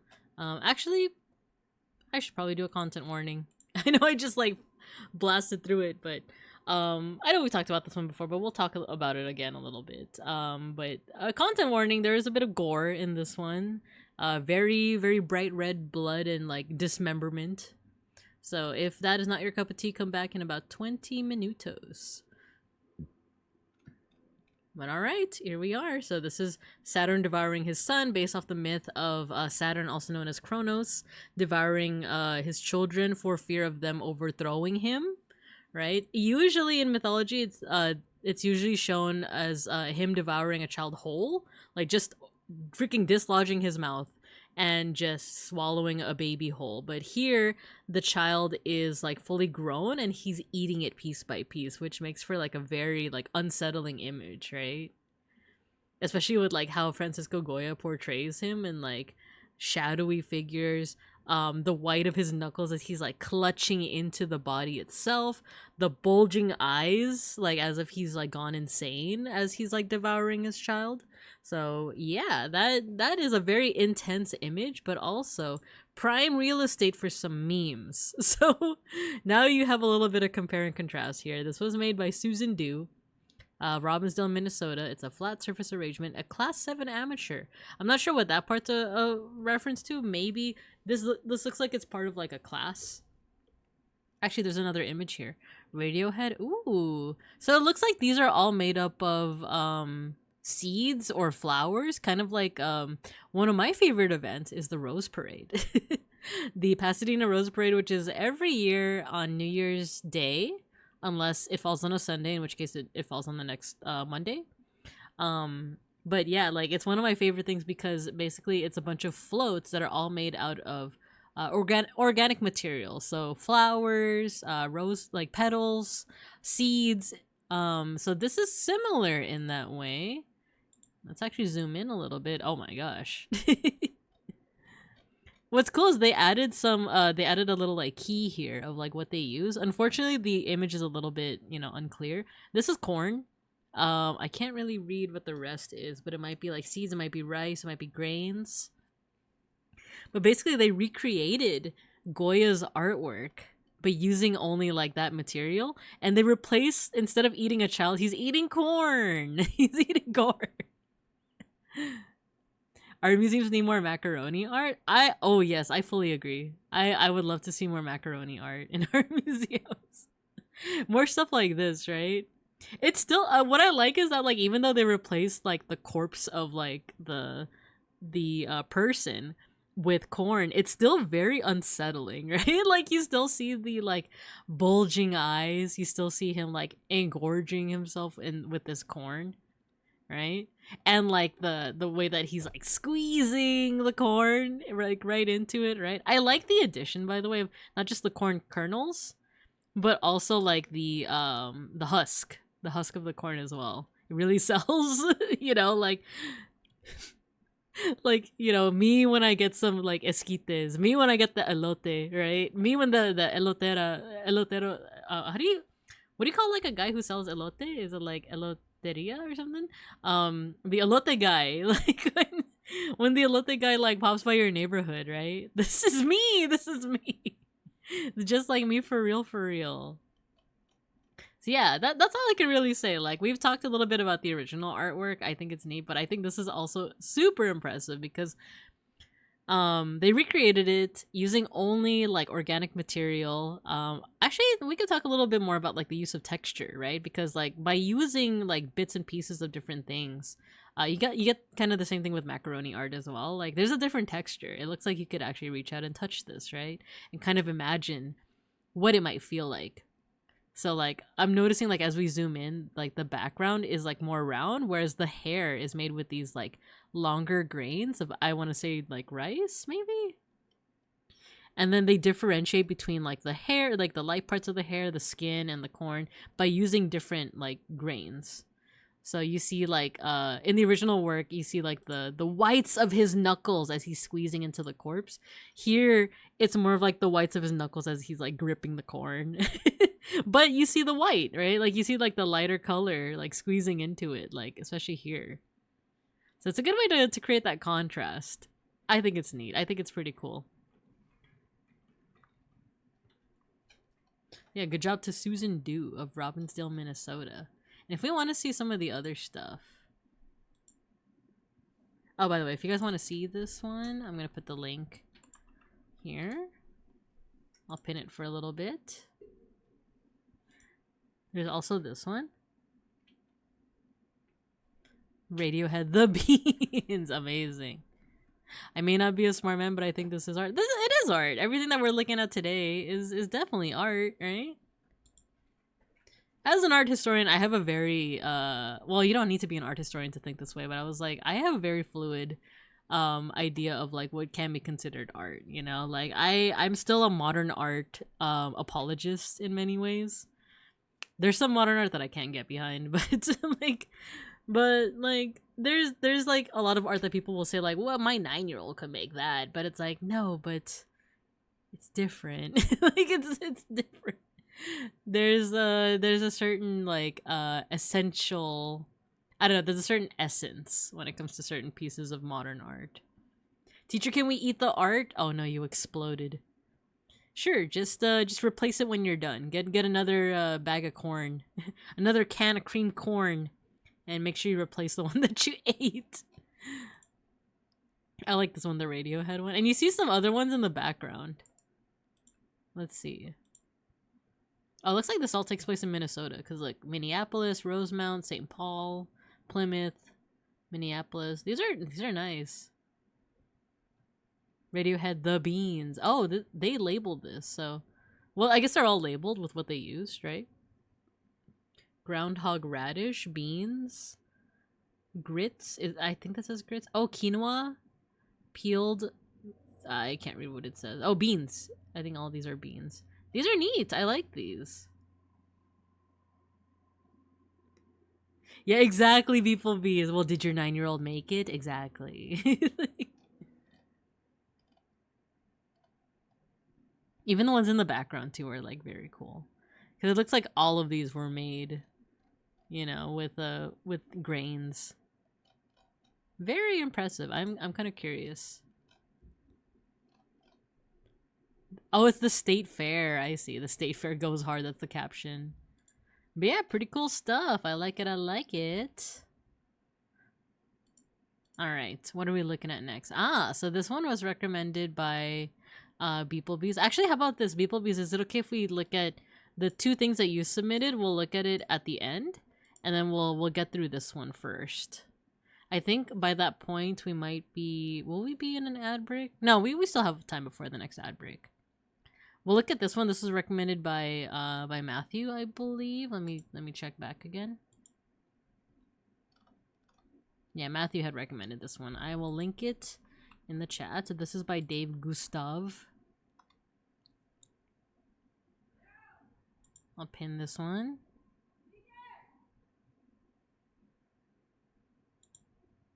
There we go. So, you guys know that I've been on a total, like, Uma Musume kick lately. Kimi no aiba ga, dokyun dokyun hashiri dashi. I love me the horse girls. I think they're very cute. So praise to the strongest. We have TM Opera. TM Opera O. You have to say the O at the end because apparently like there are sometimes horses will share very similar names and the only differentiating factor is the O at the end because like a good one is Sakura Bakshin. Sakura Bakshin! Bakshin, Bakshin, Bakshin! Her full name is Sakura Bakshin O. And if you just say Sakura Bakshin, there's actually another horse named Sakura Bakshin. So you have to say the full name, Sakura Bakshin O. So that leads me to believe that there's probably another TM Opera. But without the O. So let's look at this from the lens of an art historian. Ooh, this is kind of, I dare say, Art Deco? Would it be Art Deco or would it be Art Nouveau? Art Nouveau is a little bit more curvy. Art Deco is a little bit more geometric. And I'll show you guys what I mean too. So Art Deco versus Art Nouveau is like very organic. Like there's a lot more oh, there's a cat in here. Filka's in here. You might hear him honking. Art Deco versus Art Nouveau.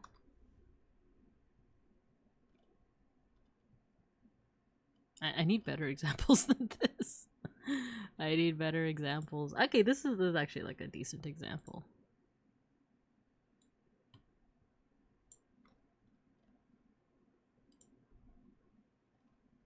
Alright, Art Deco versus Art Nouveau.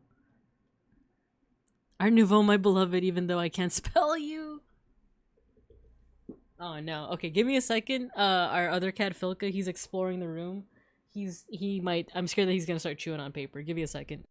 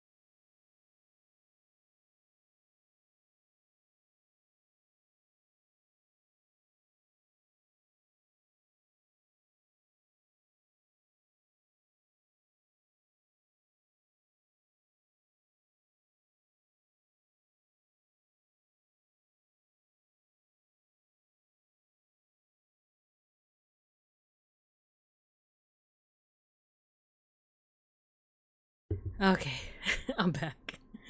I had to like clear like the floor had a little bit of a mess on it and like it was like packages and packaging and stuff. And I was scared that like Filka, he's like a relatively new addition to the cat family and like he is not afraid to chew on paper and plastic, so I had to like clean it up real quick. Filka's a little bit of a goblin. I can't lie down because I have long hair and he attacks and chews on my hair. So I can't lie down when he's like in the room. He's very affectionate though. He's super affectionate. He loves pets. He's rubbing up against my leg as we speak. For a split second I thought the ad was a cat cam. Oh, if only. No, I can't show a cat cam. All three of the cats, they move around too much. They never stay in one place. Okay. French. We're looking at the difference of Art Deco versus Art Nouveau because this work that we're looking at, it has some hallmarks of Art Deco in it, and the main way that you can differentiate between the two is that Art Deco is a little bit more geometric. It has more like rectangles, circles, straight lines and stuff, whereas Art Nouveau has a little bit more organic or like natural shapes, so flowers, you know, wavy shapes, like right here, for example, flower motifs. There's like more curvy forms. Like nothing is strictly like a rectangle or a circle. Like even this halo around, hello, Snoowehi. Welcome, welcome. We're doing some art appreciation at the museum today.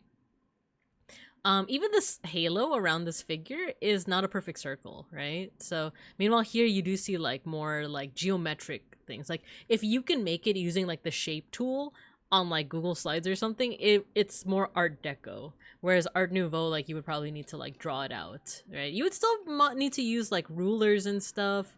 This one does have like a perfect circle in it, but it definitely is overshadowed by the fact that there's like a lot of these like wavy motifs. Whereas like Art Deco is a little bit more geometric. Oh no, I'm hearing more sounds from...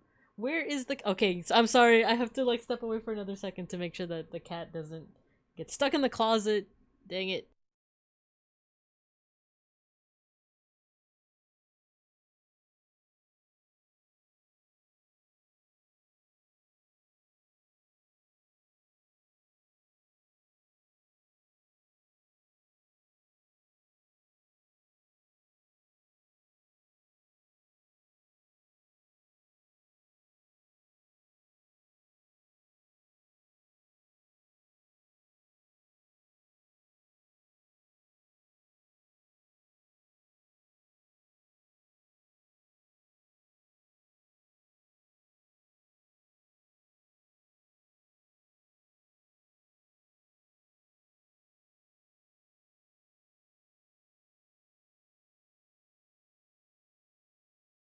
Okie dokie.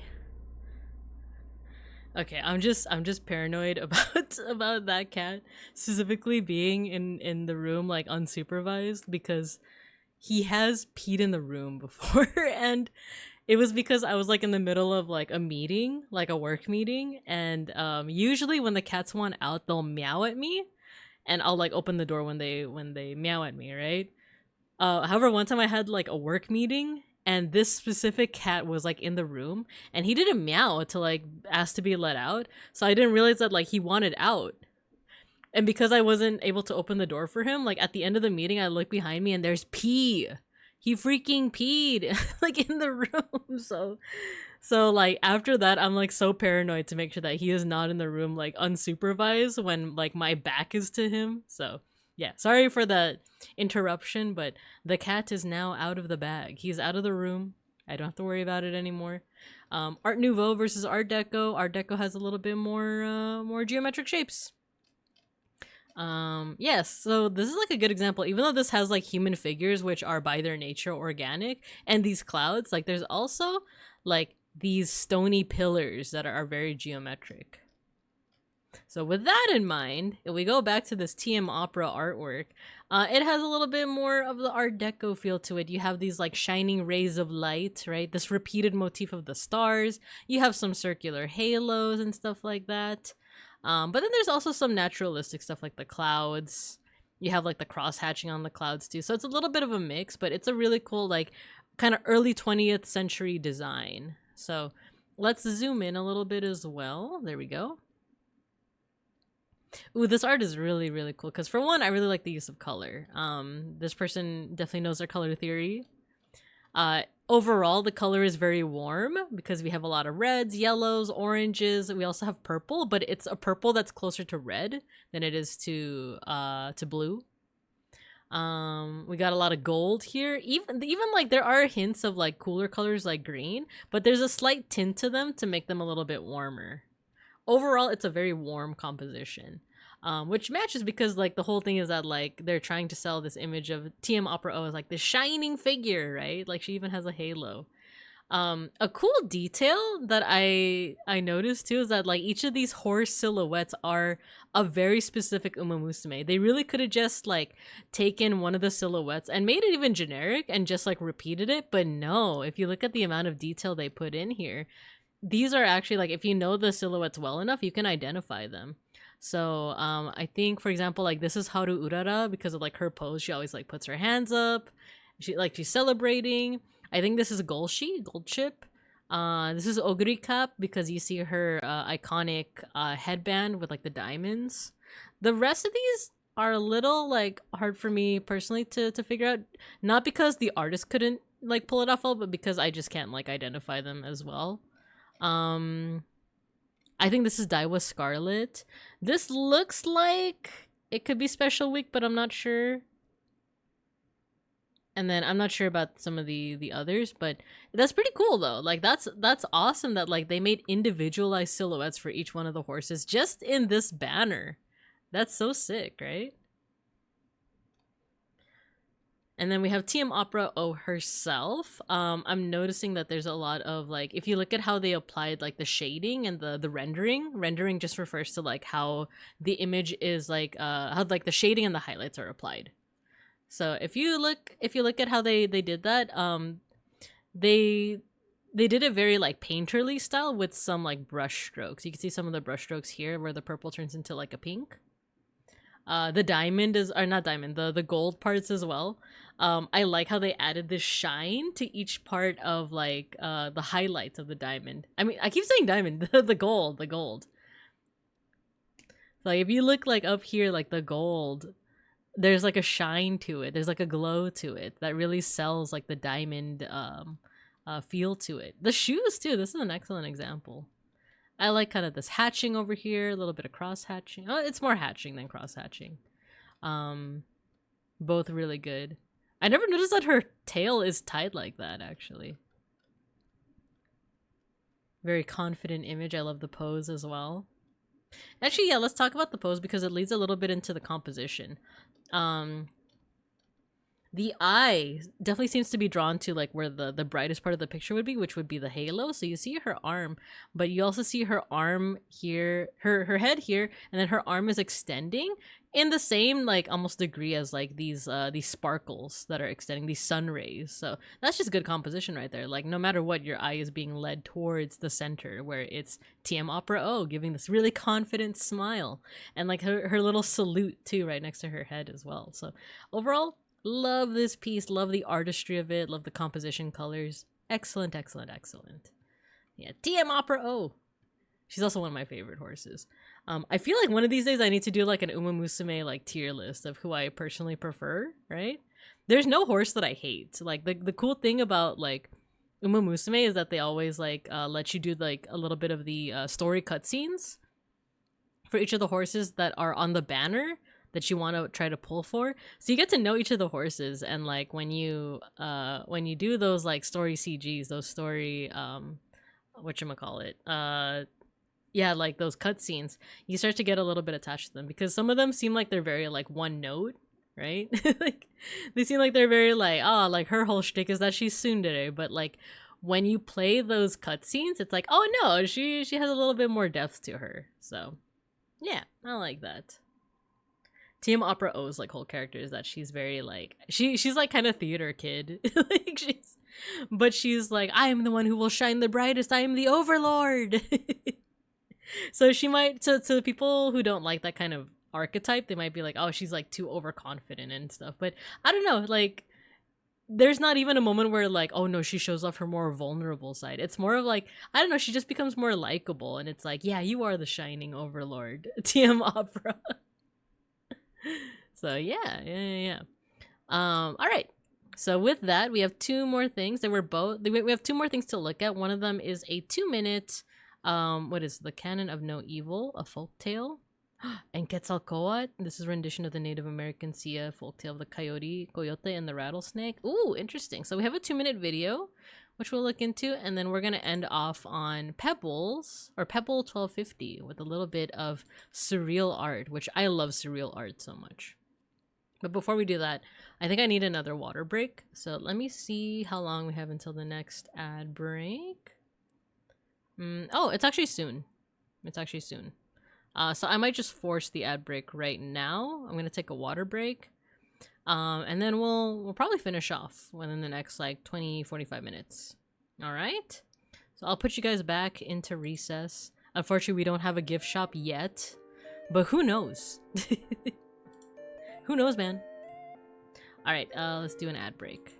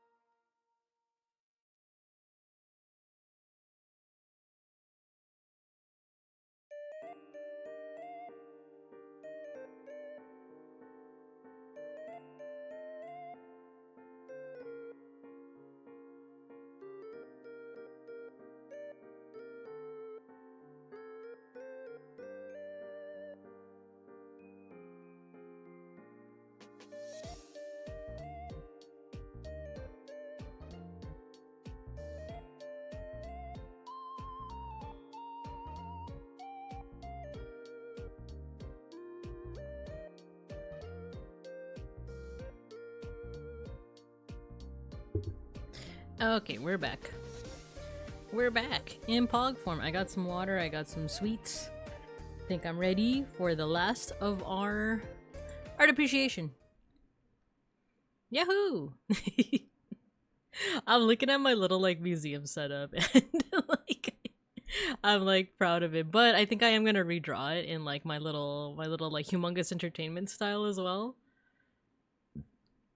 Just so I could like I want to put more stuff in there too. I put like little details like there's like a light source in the corner too. The wood flooring and stuff, but I don't know, I might want to redo it for myself. But we got two more things that we're going to be looking at. They were both submitted by beeplebees. One of them is a 2-minute video, and the description of it mentions like Native American and like Mesoamerican like lore. And I am such a big sucker for those things. I love those things. So let's take a quick look, see what we got here. Let me also see what was beeplebees' original like comment on this one. So you said no evil in all, not in all caps, but uppercase, is a whole series, so I chose a short episode from the beginning that I really like. If this interests you, I highly recommend it. Ah, okay. Americans. No, George. Also, good morning, George. Oh wait, it's afternoon already. Good afternoon, George. Yeah, we're doing our art appreciation. So it mentions what Native Americans see a folktale of the coyote and the rattlesnake. You can read the original link here. Link. The only one I read was slightly different, but essentially the same. I tried very hard not to change much except to have Kitty and Paula provide audience viewpoint for kicks, because when I read this folktale I came out thinking, the heck did I just read? So it was just so funny. I wanted to animate it, so here it is. Okay, so no evil. So I'm coming in with like very little context, but other than like what they wrote here in the description, but I'm very curious. I love like indigenous cultures and like stories of the Americas. So let's go ahead and take a look. See, there's only 2 minutes. And I'll try not to talk while it's going on in case I need to cut this out of the VOD. And I'll give you guys a link too. A snake.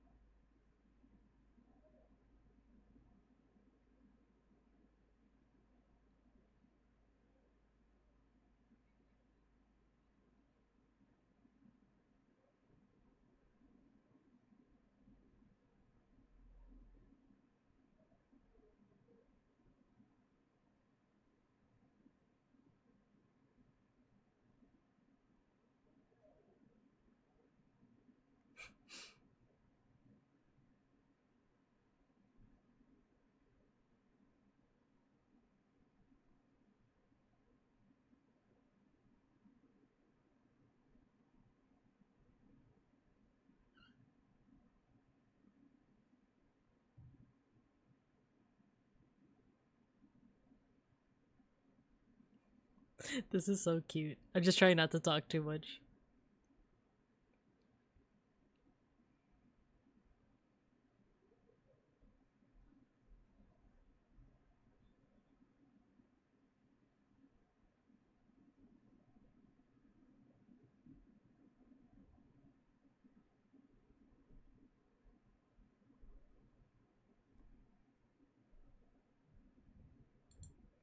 That's really cute. It's really cute. I was trying not to talk, like I said, just in case I need to cut any of this out in the VOD, just in case that there's any, what's it called? You know, copyright. But this is cool. Okay, so they have these characters who seem to be based off of like figures from Mesoamerican or like indigenous American folklore. So we have Wewe Coyote, Raj Shortok, Warlord of Noodles. Oh no, these are the voice actors. Paula the Bear. Oh, fellow bear. Let's go. And Quetzalcoatl. So Quetzalcoatl and Wewe Coyote are both part of like Nahua tradition. Nahua is like the culture and the language spoken by some of the Aztec Empire. And the description says that Native American see a folktale of the coyote and the rattlesnake. This, I'm curious. I want to look it up. Ooh, okay. Okay, first of all, I like that it's in Comic Sans. Here, let me show you. The story's in Comic Sans, and it seems pretty quick to get through. So, Coyote's house was not far from Rattlesnake's home. One morning when they were out walking together, Coyote said to Rattlesnake, "Tomorrow come to my house." In the morning, Rattlesnake went to Coyote's house, and he moved slowly along the floor, shaking his rattle. Coyote sat on one side, very much frightened. The move, I'll read it a little bit slower. I wanted to like just get through it, but it's like, no, let's enjoy this tale. The movements of the snake and the rattle frightened him. Coyote had a pot of rabbit meat on the fire, which he placed in front of the snake, saying, "Companion, eat." "I will not eat your meat. I do not understand your food," said Rattlesnake. "What food do you eat?" "I eat the yellow flowers of the corn." Coyote at once began to search for the yellow corn flowers. When he found some, Rattlesnake said, "Put some on top of my head so I may eat it." Coyote stood as far off as he could and placed the pollen on the snake's head. The snake said, "Come nearer and put enough on my head so I may find it." Coyote was very much afraid, but after a while he came nearer and did as he was told. Then the snake went away, saying, "Companion, tomorrow you come to my house." "All right," said Coyote. "Tomorrow I will come." Coyote sat down and thought about the morrow. He thought a good deal about what the snake might do. So he made a small rattle by placing tiny petals in a gourd and fastened it to the end of his tail. He shook it a while and was much pleased with it. The next morning he started for the snake's house. He shook the rattle at the end of his tail and smelled and said to himself, "This is good. When I go into Rattlesnake's house, he will be very much afraid of me." Coyote did not walk into Snake's house, but he moved like a snake. But Coyote did not shake his rattle as the snake shook his. He had to hold it in his hand, but when he shook the rattle, the snake seemed much afraid and said, "Companion, I am afraid of you." Now Rattlesnake had a stew of rats in the fire, and he placed some before Coyote, but Coyote said, "I do not understand your food. I cannot eat it because I do not understand it." Rattlesnake insisted upon his eating, but Coyote refused. He said, "If you put some flour of the corn on my head, I will eat. I understand that food." The snake took some corn pollen, but he pretended to be afraid of Coyote and stood off to some distance. Coyote said, "Come nearer and place it on my head." Snake replied, "I am afraid of you." Coyote said, "Come nearer, I am not bad." Then the snake came closer and put the pollen on top of Coyote's head. But Coyote did not have the long tongue of the snake, and he could not get the pollen off the top of his head. He put out his tongue first on the side of his nose and then to the other, but he could only reach to the side of his nose. His efforts made the snake laugh, but the snake put his hand over his mouth. His hand? His what? The snake put his what? On his... put his hand over his mouth so Coyote could not see him laugh. Really, the snake hit his head in his body. At last, Coyote went home, and as he left the snake's house, he held his tail in his hand and shook the rattle. Snake cried, "Oh, companion, I am so afraid of you." But really, the snake shook with laughter. When Coyote reached his home and he said to himself, "I was such a fool. Rattlesnake had so much food to eat and I would not take it. Now I'm hungry." Then he went out in search of food. Wait, I like that. I like that a lot. It's very, especially with like the cartoon that we just saw. I don't like, even though I don't know these characters that well, I like their addition of like their little commentary of like, what's he doing? I don't know. Like, I don't know. But it seems like they're references to this series that beeplebees had mentioned, No Evil, right? So that's very cute. And then I do love the, you know, just the inclusion of like, it's not just like a coyote and a rattlesnake. It's literally like a actually Wewe Coyote, I think. Is that the same one that bear beware bear wait, I remember Bearware Bear, right? He has a god that is sacred to him. I think it is Wewe Coyote. Yeah, I think, well, I don't remember, but Huehuecoyotl is is a coyote. Oh, okay, it's a coyote deity, a dualistic Aztec god known for music, dance, storytelling, and mischief. And Quetzalcoatl is the feathered serpent. So I like that they changed, or not changed, but it's very possible that like this tale of the rattlesnake and the coyote, I think it makes sense that it now includes Quetzalcoatl and Huehuecoyotl. So I don't know, this is a very charming tale. I like it. Because, like, they seem to be, like, you know, Coyote thinks that he's outsmarting him by, like, oh, look at me, I'm the rattlesnake. I don't understand your soup. I don't understand such things. Give me the pollen, but he can't eat the pollen. And, like, he comes back home and he's like, oh, he, like, made a meal for me and I didn't eat it. I'm gonna go hunt. I don't know, there's something very charming about that. So nice. If you guys want to check out this the series, the YouTube link is in the chat. I might have to cut out the video from the VOD, but that should be fine.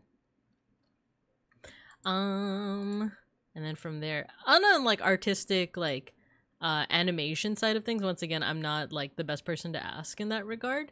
But I do like a lot of the character designs.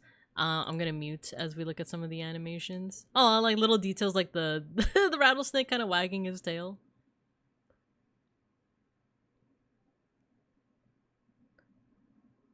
He's eating the pollen with his little tongue, right? It's very cute. It's very charming. So yeah, thank you for recommending this one. Babinka hates animation? No, I just don't know. I'm just ignorant. You're very cute, teacher. You're very cute, Yuki. Also, hello. We're taking a field trip to the museum today. And we have we actually have one last artwork that we're going to be looking at before we call it for the day, but I'm curious about the rest of this person's like repertoire. Oh my gosh, wait, this is sick.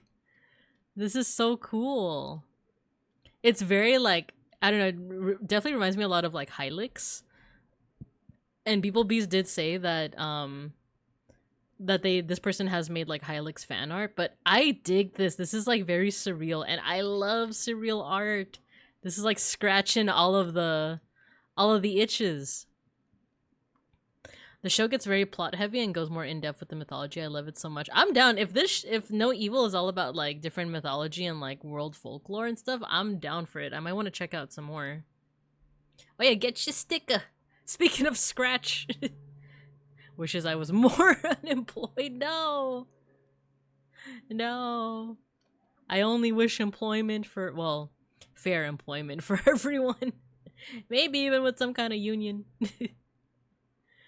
But yeah, these, oh my god, these are, oh, I think this is the Hylix art, right? Yeah, because it's like the moon and stuff. I still need to complete that game. I think I attempted it and it was like, I don't know, I think I just wasn't in the right headspace to play it. Because I am definitely the kind of person that tries to like perfect, like perfectionist in terms of like exploring places in games, but it seemed like there were many branching paths in Hylix, and I was like, oh, this is too much for me right now. But I like the art style of it, and I would like to get more into it. I stopped here because look, it's Porygon Z, right? It's not Porygon 2, this is Porygon Z, right? This is cool. I'm really digging this person's art. But let's look specifically at the one that beeplebees had linked us. A Spooter. Rubber Ducky Gone. Exactly. So this is interesting. Lots of like very like psychedelic shapes, psychedelic like use of color, very textured. I don't even know where to begin with this. So let's zoom in. Let's start with color.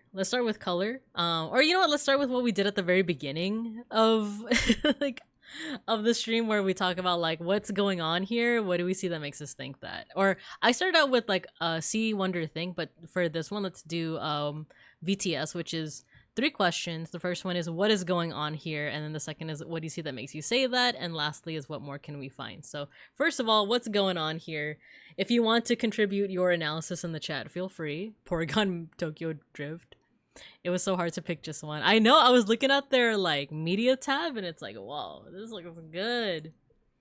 So what's going on here? I'm seeing a, ooh, this might be some kind of like being, some kind of like yeah, being, because this is like attached to this. Like all of this seems to be like all connected to one thing, and the thing has a face, which is why I kind of want to call it like some kind of being, some kind of form. It has like a humanoid face, but the rest of it isn't very like humanoid at all. Like I was gonna say like, oh, maybe this is like a long neck leading to the body, but then you don't see it go into like arms and legs. Instead it goes into like other shapes that you can't really tell like how much they are attached to one another, and I think that adds to the surrealism of it, because in many ways I am digging this. So I'm seeing a being. What I see that makes me say that is that like there's like the head, and then it's attached to like different forms, different like 3D like shapes and stuff. If we didn't have the face, this really could just be like an abstract, like they just like put together random shapes. But adding that head makes me think that it's some kind of like organic life form that like eats and thinks and maybe even poops, you know. What else are we seeing? We're seeing this might be some kind of diagram, because like we're seeing like a circle with numbers attached to it, almost as if we want our attention drawn to this specific part. It's almost like those YouTube thumbnails where it's like do you see it? do you see like what is inside this circle, you know? So it kind of reminds me of that. The texture of this, the texture is very like well, first of all, there's a lot of texture going on, but there's a lot of grunge happening in the background, while the foreground is just a little bit more psychedelic. It's smoother. You could see like how light is I don't know if this is the light source, but like how light is kind of reflecting off of like the smooth surface right here. Very metallic, right? There's a lot of like play with color here that makes it seem very like metallic as well. Thousand Crane said, what stands out to me is the balance between geometric and organic, and the normalcy of the face, but the strangeness of the colors and shapes. Yeah, that's a fantastic analysis, because yes, like I want to touch on what you said about the like normalcy of the face versus the strangeness of the shapes, because like we had mentioned before, like it seems like because the face is here, this might connect to a body, and yet we're not seeing anything that looks remotely like a body. This might be like some kind of stomach or some kind of organ, but we're not seeing arms and legs, right? Even like what the head is attached to, it feels very like, it's almost like boomerang shaped. Kind of reminds me of, like I said, hylix, but it could also look like the head of like some prehistoric creature, right? Texture of what the glass of my screen, it's giving freshly heated glass. Yeah, right?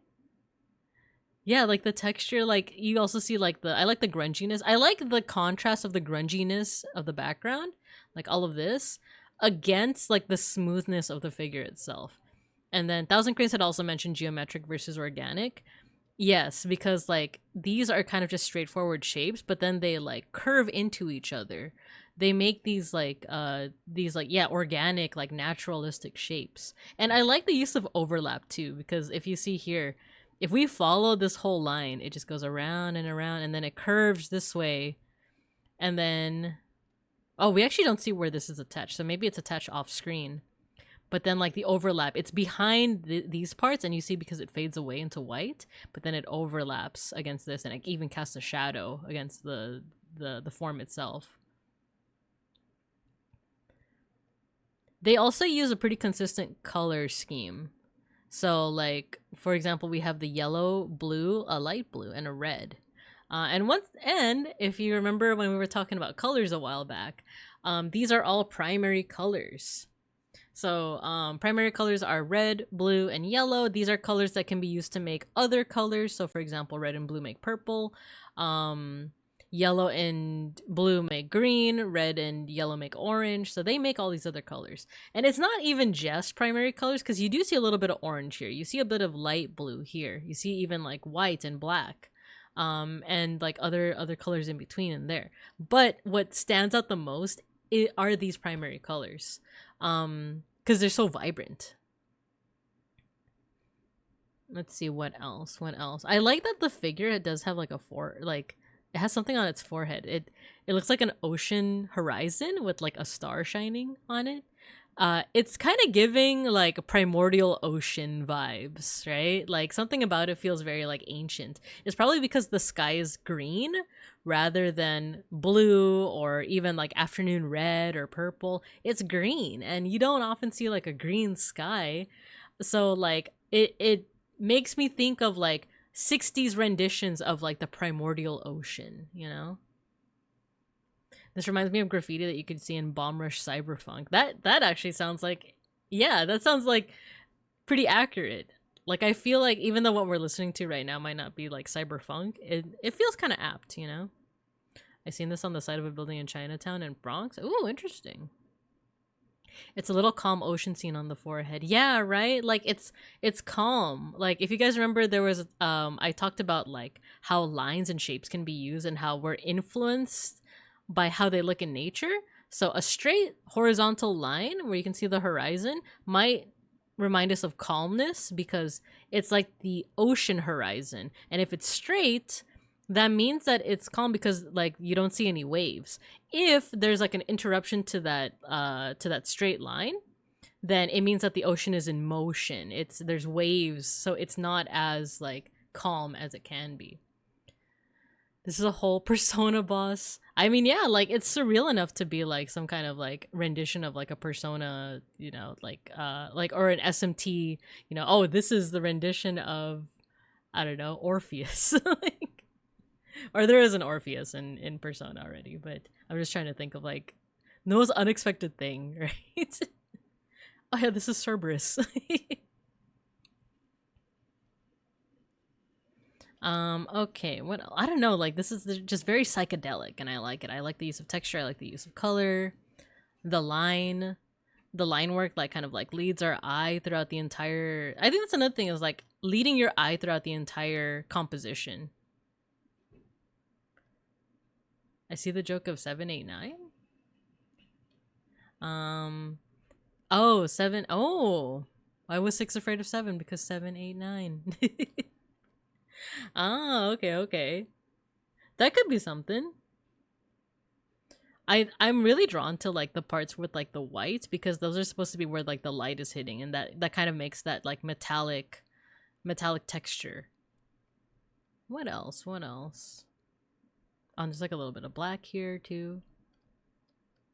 Very second. Oh yeah, we were talking about how like our eye is kind of led from one part to another. So I feel like our eye might be led to like where the face is, because the face is usually like familiarity.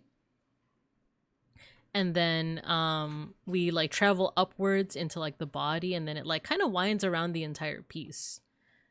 Because like you go down here where there's almost like an egg shape. This is a really cool like kind of like zoom in too, because it reminds me of like kind of something from like the 60s, like a 60s diagram of something. Maybe something like astronomy related, right? And it's like, oh, this looks like the horizon, and this is like a sun or a star, right? I gotta go, but take it easy, everyone. Thanks for stopping by, George. Good afternoon, George. Good night, George. Harpsichord Enjoyer, hello, you got your sticko. We are doing a little bit of art appreciation at the moment. So yeah, your eye does like lead itself like every which way throughout the art piece. And yeah, like I said, I can't stop thinking about like the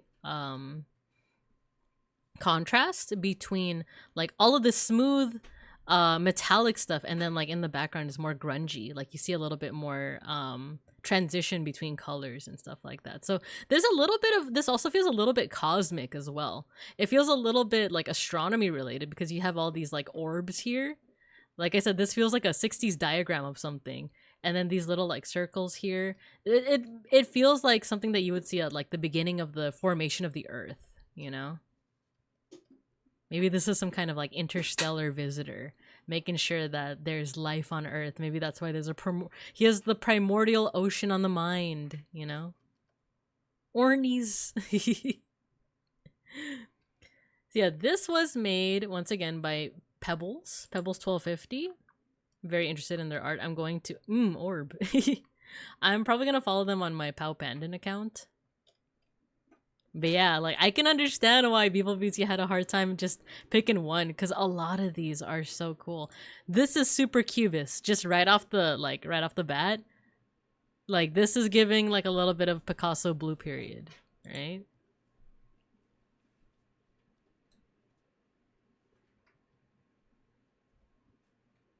Oh, this is also very surrealist. For me, this is reminding me a little bit of Dali, with how Dali is another surrealist artist. He makes a lot of like this reminds, is this like the elephant one? There's wait, Dali elephant. With a little bit of Leonora Carrington in there too, who does a lot of like more architectural surrealism. Here, let me show you some elephants. The Dali elephants, right? They're just here in this like barren wasteland. This too.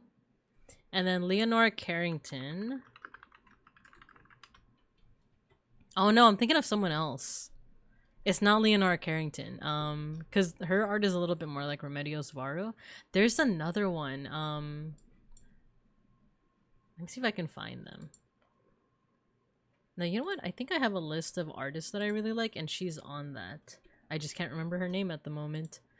Streamer debuff, as it is. Alright, give me a second. I'm looking for... Binka teaches... Binka's favorite artist. I have like a whole slideshow of like my favorite artists.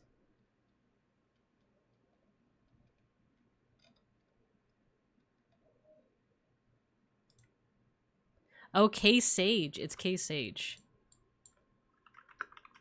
Here we go. Yeah, this is also another surrealist artist, but they're a little bit more like architectural. So both this and Dolly are kind of like the vibes I'm getting with this one, but of course like unique to their own. Like this feels very, once again, like cosmic. It feels very like this is exploring a different planet. I love this one. I was so close to picking it. Also makes me think of Mobius. Oh, like the Mobius strip.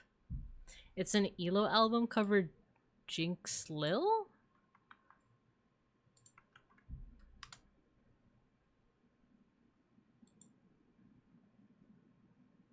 Oh, okay. Electric Light Orchestra. Okay, cool. So let's see. A lot of these are really good. A lot of these are like a treat for the eyes. Oh, cool. This is like a bit more of like an analog feel. They have like the paper like fold. Mobius is a French comic illustrator, surreal sauce stuff. Oh. Mobius. French cartoonist. Oh, very nice. Oh, yeah. I feel like this might be like another inspiration. This one is a little bit more ornate, but it does have like a similar touch of like kind of cosmic surrealism to it. Space, yeah. The final frontier.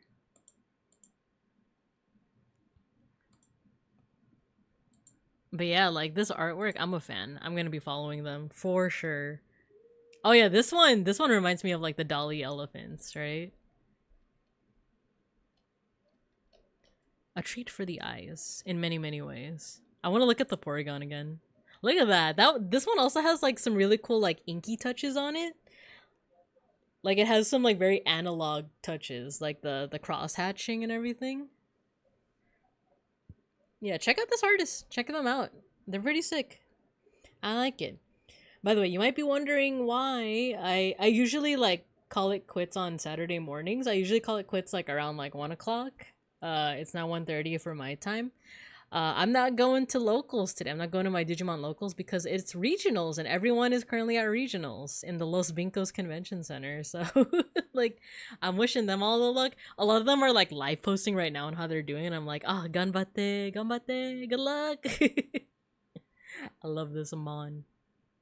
But yeah, that was our art history, or rather our art appreciation for the day. I hope you guys enjoyed a little bit of the analysis, and I hope you guys also got something out of like how easy it can be to just look at a piece of art, appreciate it. You don't have to know anything about the history, about the context, although it helps. It helps a lot in many cases. But you can also just go into an artwork and appreciate it for what you see visually, what kind of literal eye candy you're getting out of it, right? So that's one of my favorite parts of these streams. So with that, I am getting a little bit tired. If you guys ever like have an artwork that you want me to review or look at through a art historical lens, do let me know. I usually post either on Twitter or Bisky before each of these streams, but also you can join the Discord because we do have an art appreciation channel. And you can just insert some artworks in there. I am trying to be a little bit more active on Discord because I do realize that I feel like I used to like post a little bit more. Like every morning I'd be like magandang umaga, like good morning everyone, but I stopped once I got busy at work. But now I have a little bit more free time, so I feel like I should liven the place up a little bit. I know a lot of you post your art on Creative Cubs and I keep forgetting to like comment on it, but I hope it's okay if I comment on it a little bit late. So thanks for the stream, fun and informative. Thank you. I'm glad, and welcome. Welcome to the classroom. I think next stream we'll be back in the classroom, but I hope you guys like the field trip, especially this artwork behind me, right? The cakes of Pan. It has a mysterious origin. Absent mom work. So yeah, we do have an end of stream tradition. We have our end of stream mosh pit. Gotta head out. Thanks for the fun stream. Thank you, beeplebees. Thank you for recommending so much good art. So we have our end of stream mosh pit. Let me just go ahead and get something to mosh to. For this mosh pit, all you gotta do is once you hear music, you just gotta spam your favorite emotes, and then I'm gonna make your little avatars fight each other at the bottom there, on the floor there. There's no correlation between how many emotes you spam and who wins the mosh pit. It's RNG, and it's also not rigged, contrary to what other people might say. So since we looked at wait, what the? Where was the thing? Oh, here, winning the soul. I was like, oh, I just wanted to pick this one. We were looking at an Uma Musume artwork. I feel like we should listen to some Uma Musume music. It's totally not because I've been listening to Uma Musume music for the past couple months or anything. So let's go ahead and do it. I think I shut off raids. We'll look for someone to raid into. Never rigged. It's never rigged. All right. Despite what people may say, it's never rigged. So alright, if you want to join in the mosh pit, you can go ahead and spam your favorite emotes once you hear the music. No, YouTube. Skip ad.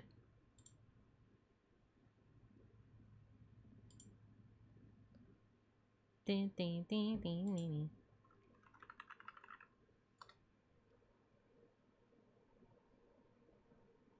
The hat on the random emote is so cute. Ooh, what a voice.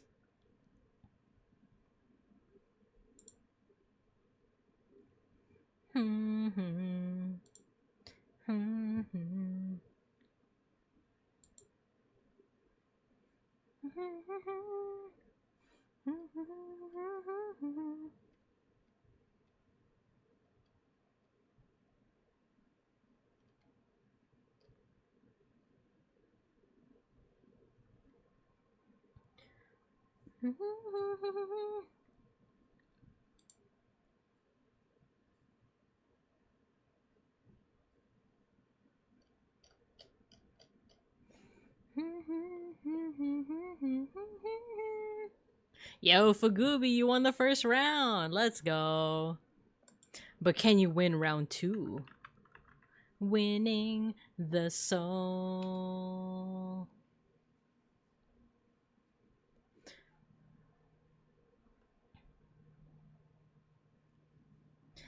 We got round 2.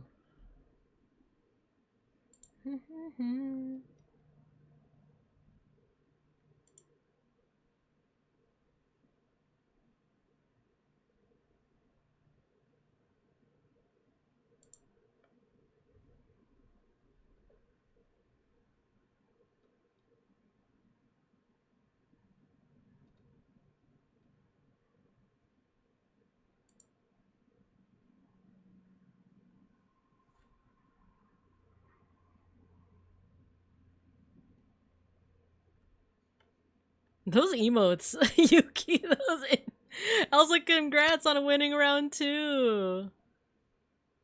Congrats, you won round 2 with the butt shaking emote and everything. Wow. I think we have enough time for round 3 actually. Winning the soul. And I found someone to raid into. This is actually gonna be really fun. It's perfect for Filipino American History Month.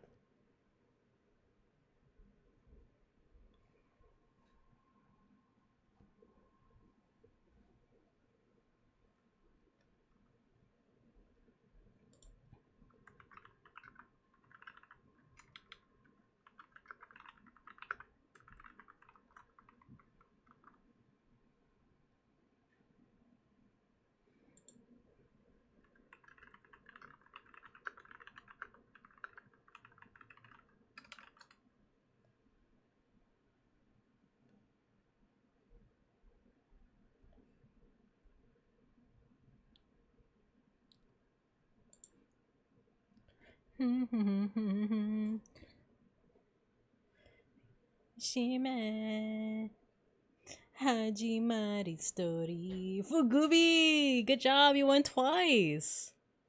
Winning the soul. Whoa, whoa, whoa.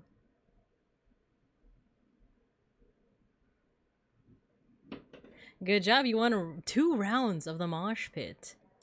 Very nice.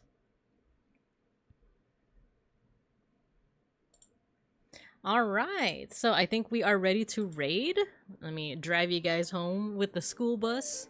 We're gonna raid over to Tearberry. It's been a while since I raided into her. She is a fellow Filipina bear VTuber, though today she is giving a little bit of an immersion break. She's doing a webcam, a face reveal. I think she's revealed her face before. She's never been shy about revealing her face, but she's currently doing a cooking stream, traditional Filipino feast. I suspect this is for Filipino American History Month because once again October is Filipino American History Month, so I feel like it's just very apt for me to send you over to her. So go ahead and check her out. Let her know mabuhay, which means long live, right? Her stream says kumain ka na, which means eat now. Right? So we're gonna go ahead and raid into her. Feel free to just the raid message is just bear raid. I'm gonna be wishing her a Filipino American History Month. So yeah, have a good day everyone. Thank you. As always, I hope you guys have a good morning, afternoon, and evening, and as always, I'll see you guys when I see you guys. Bye bye.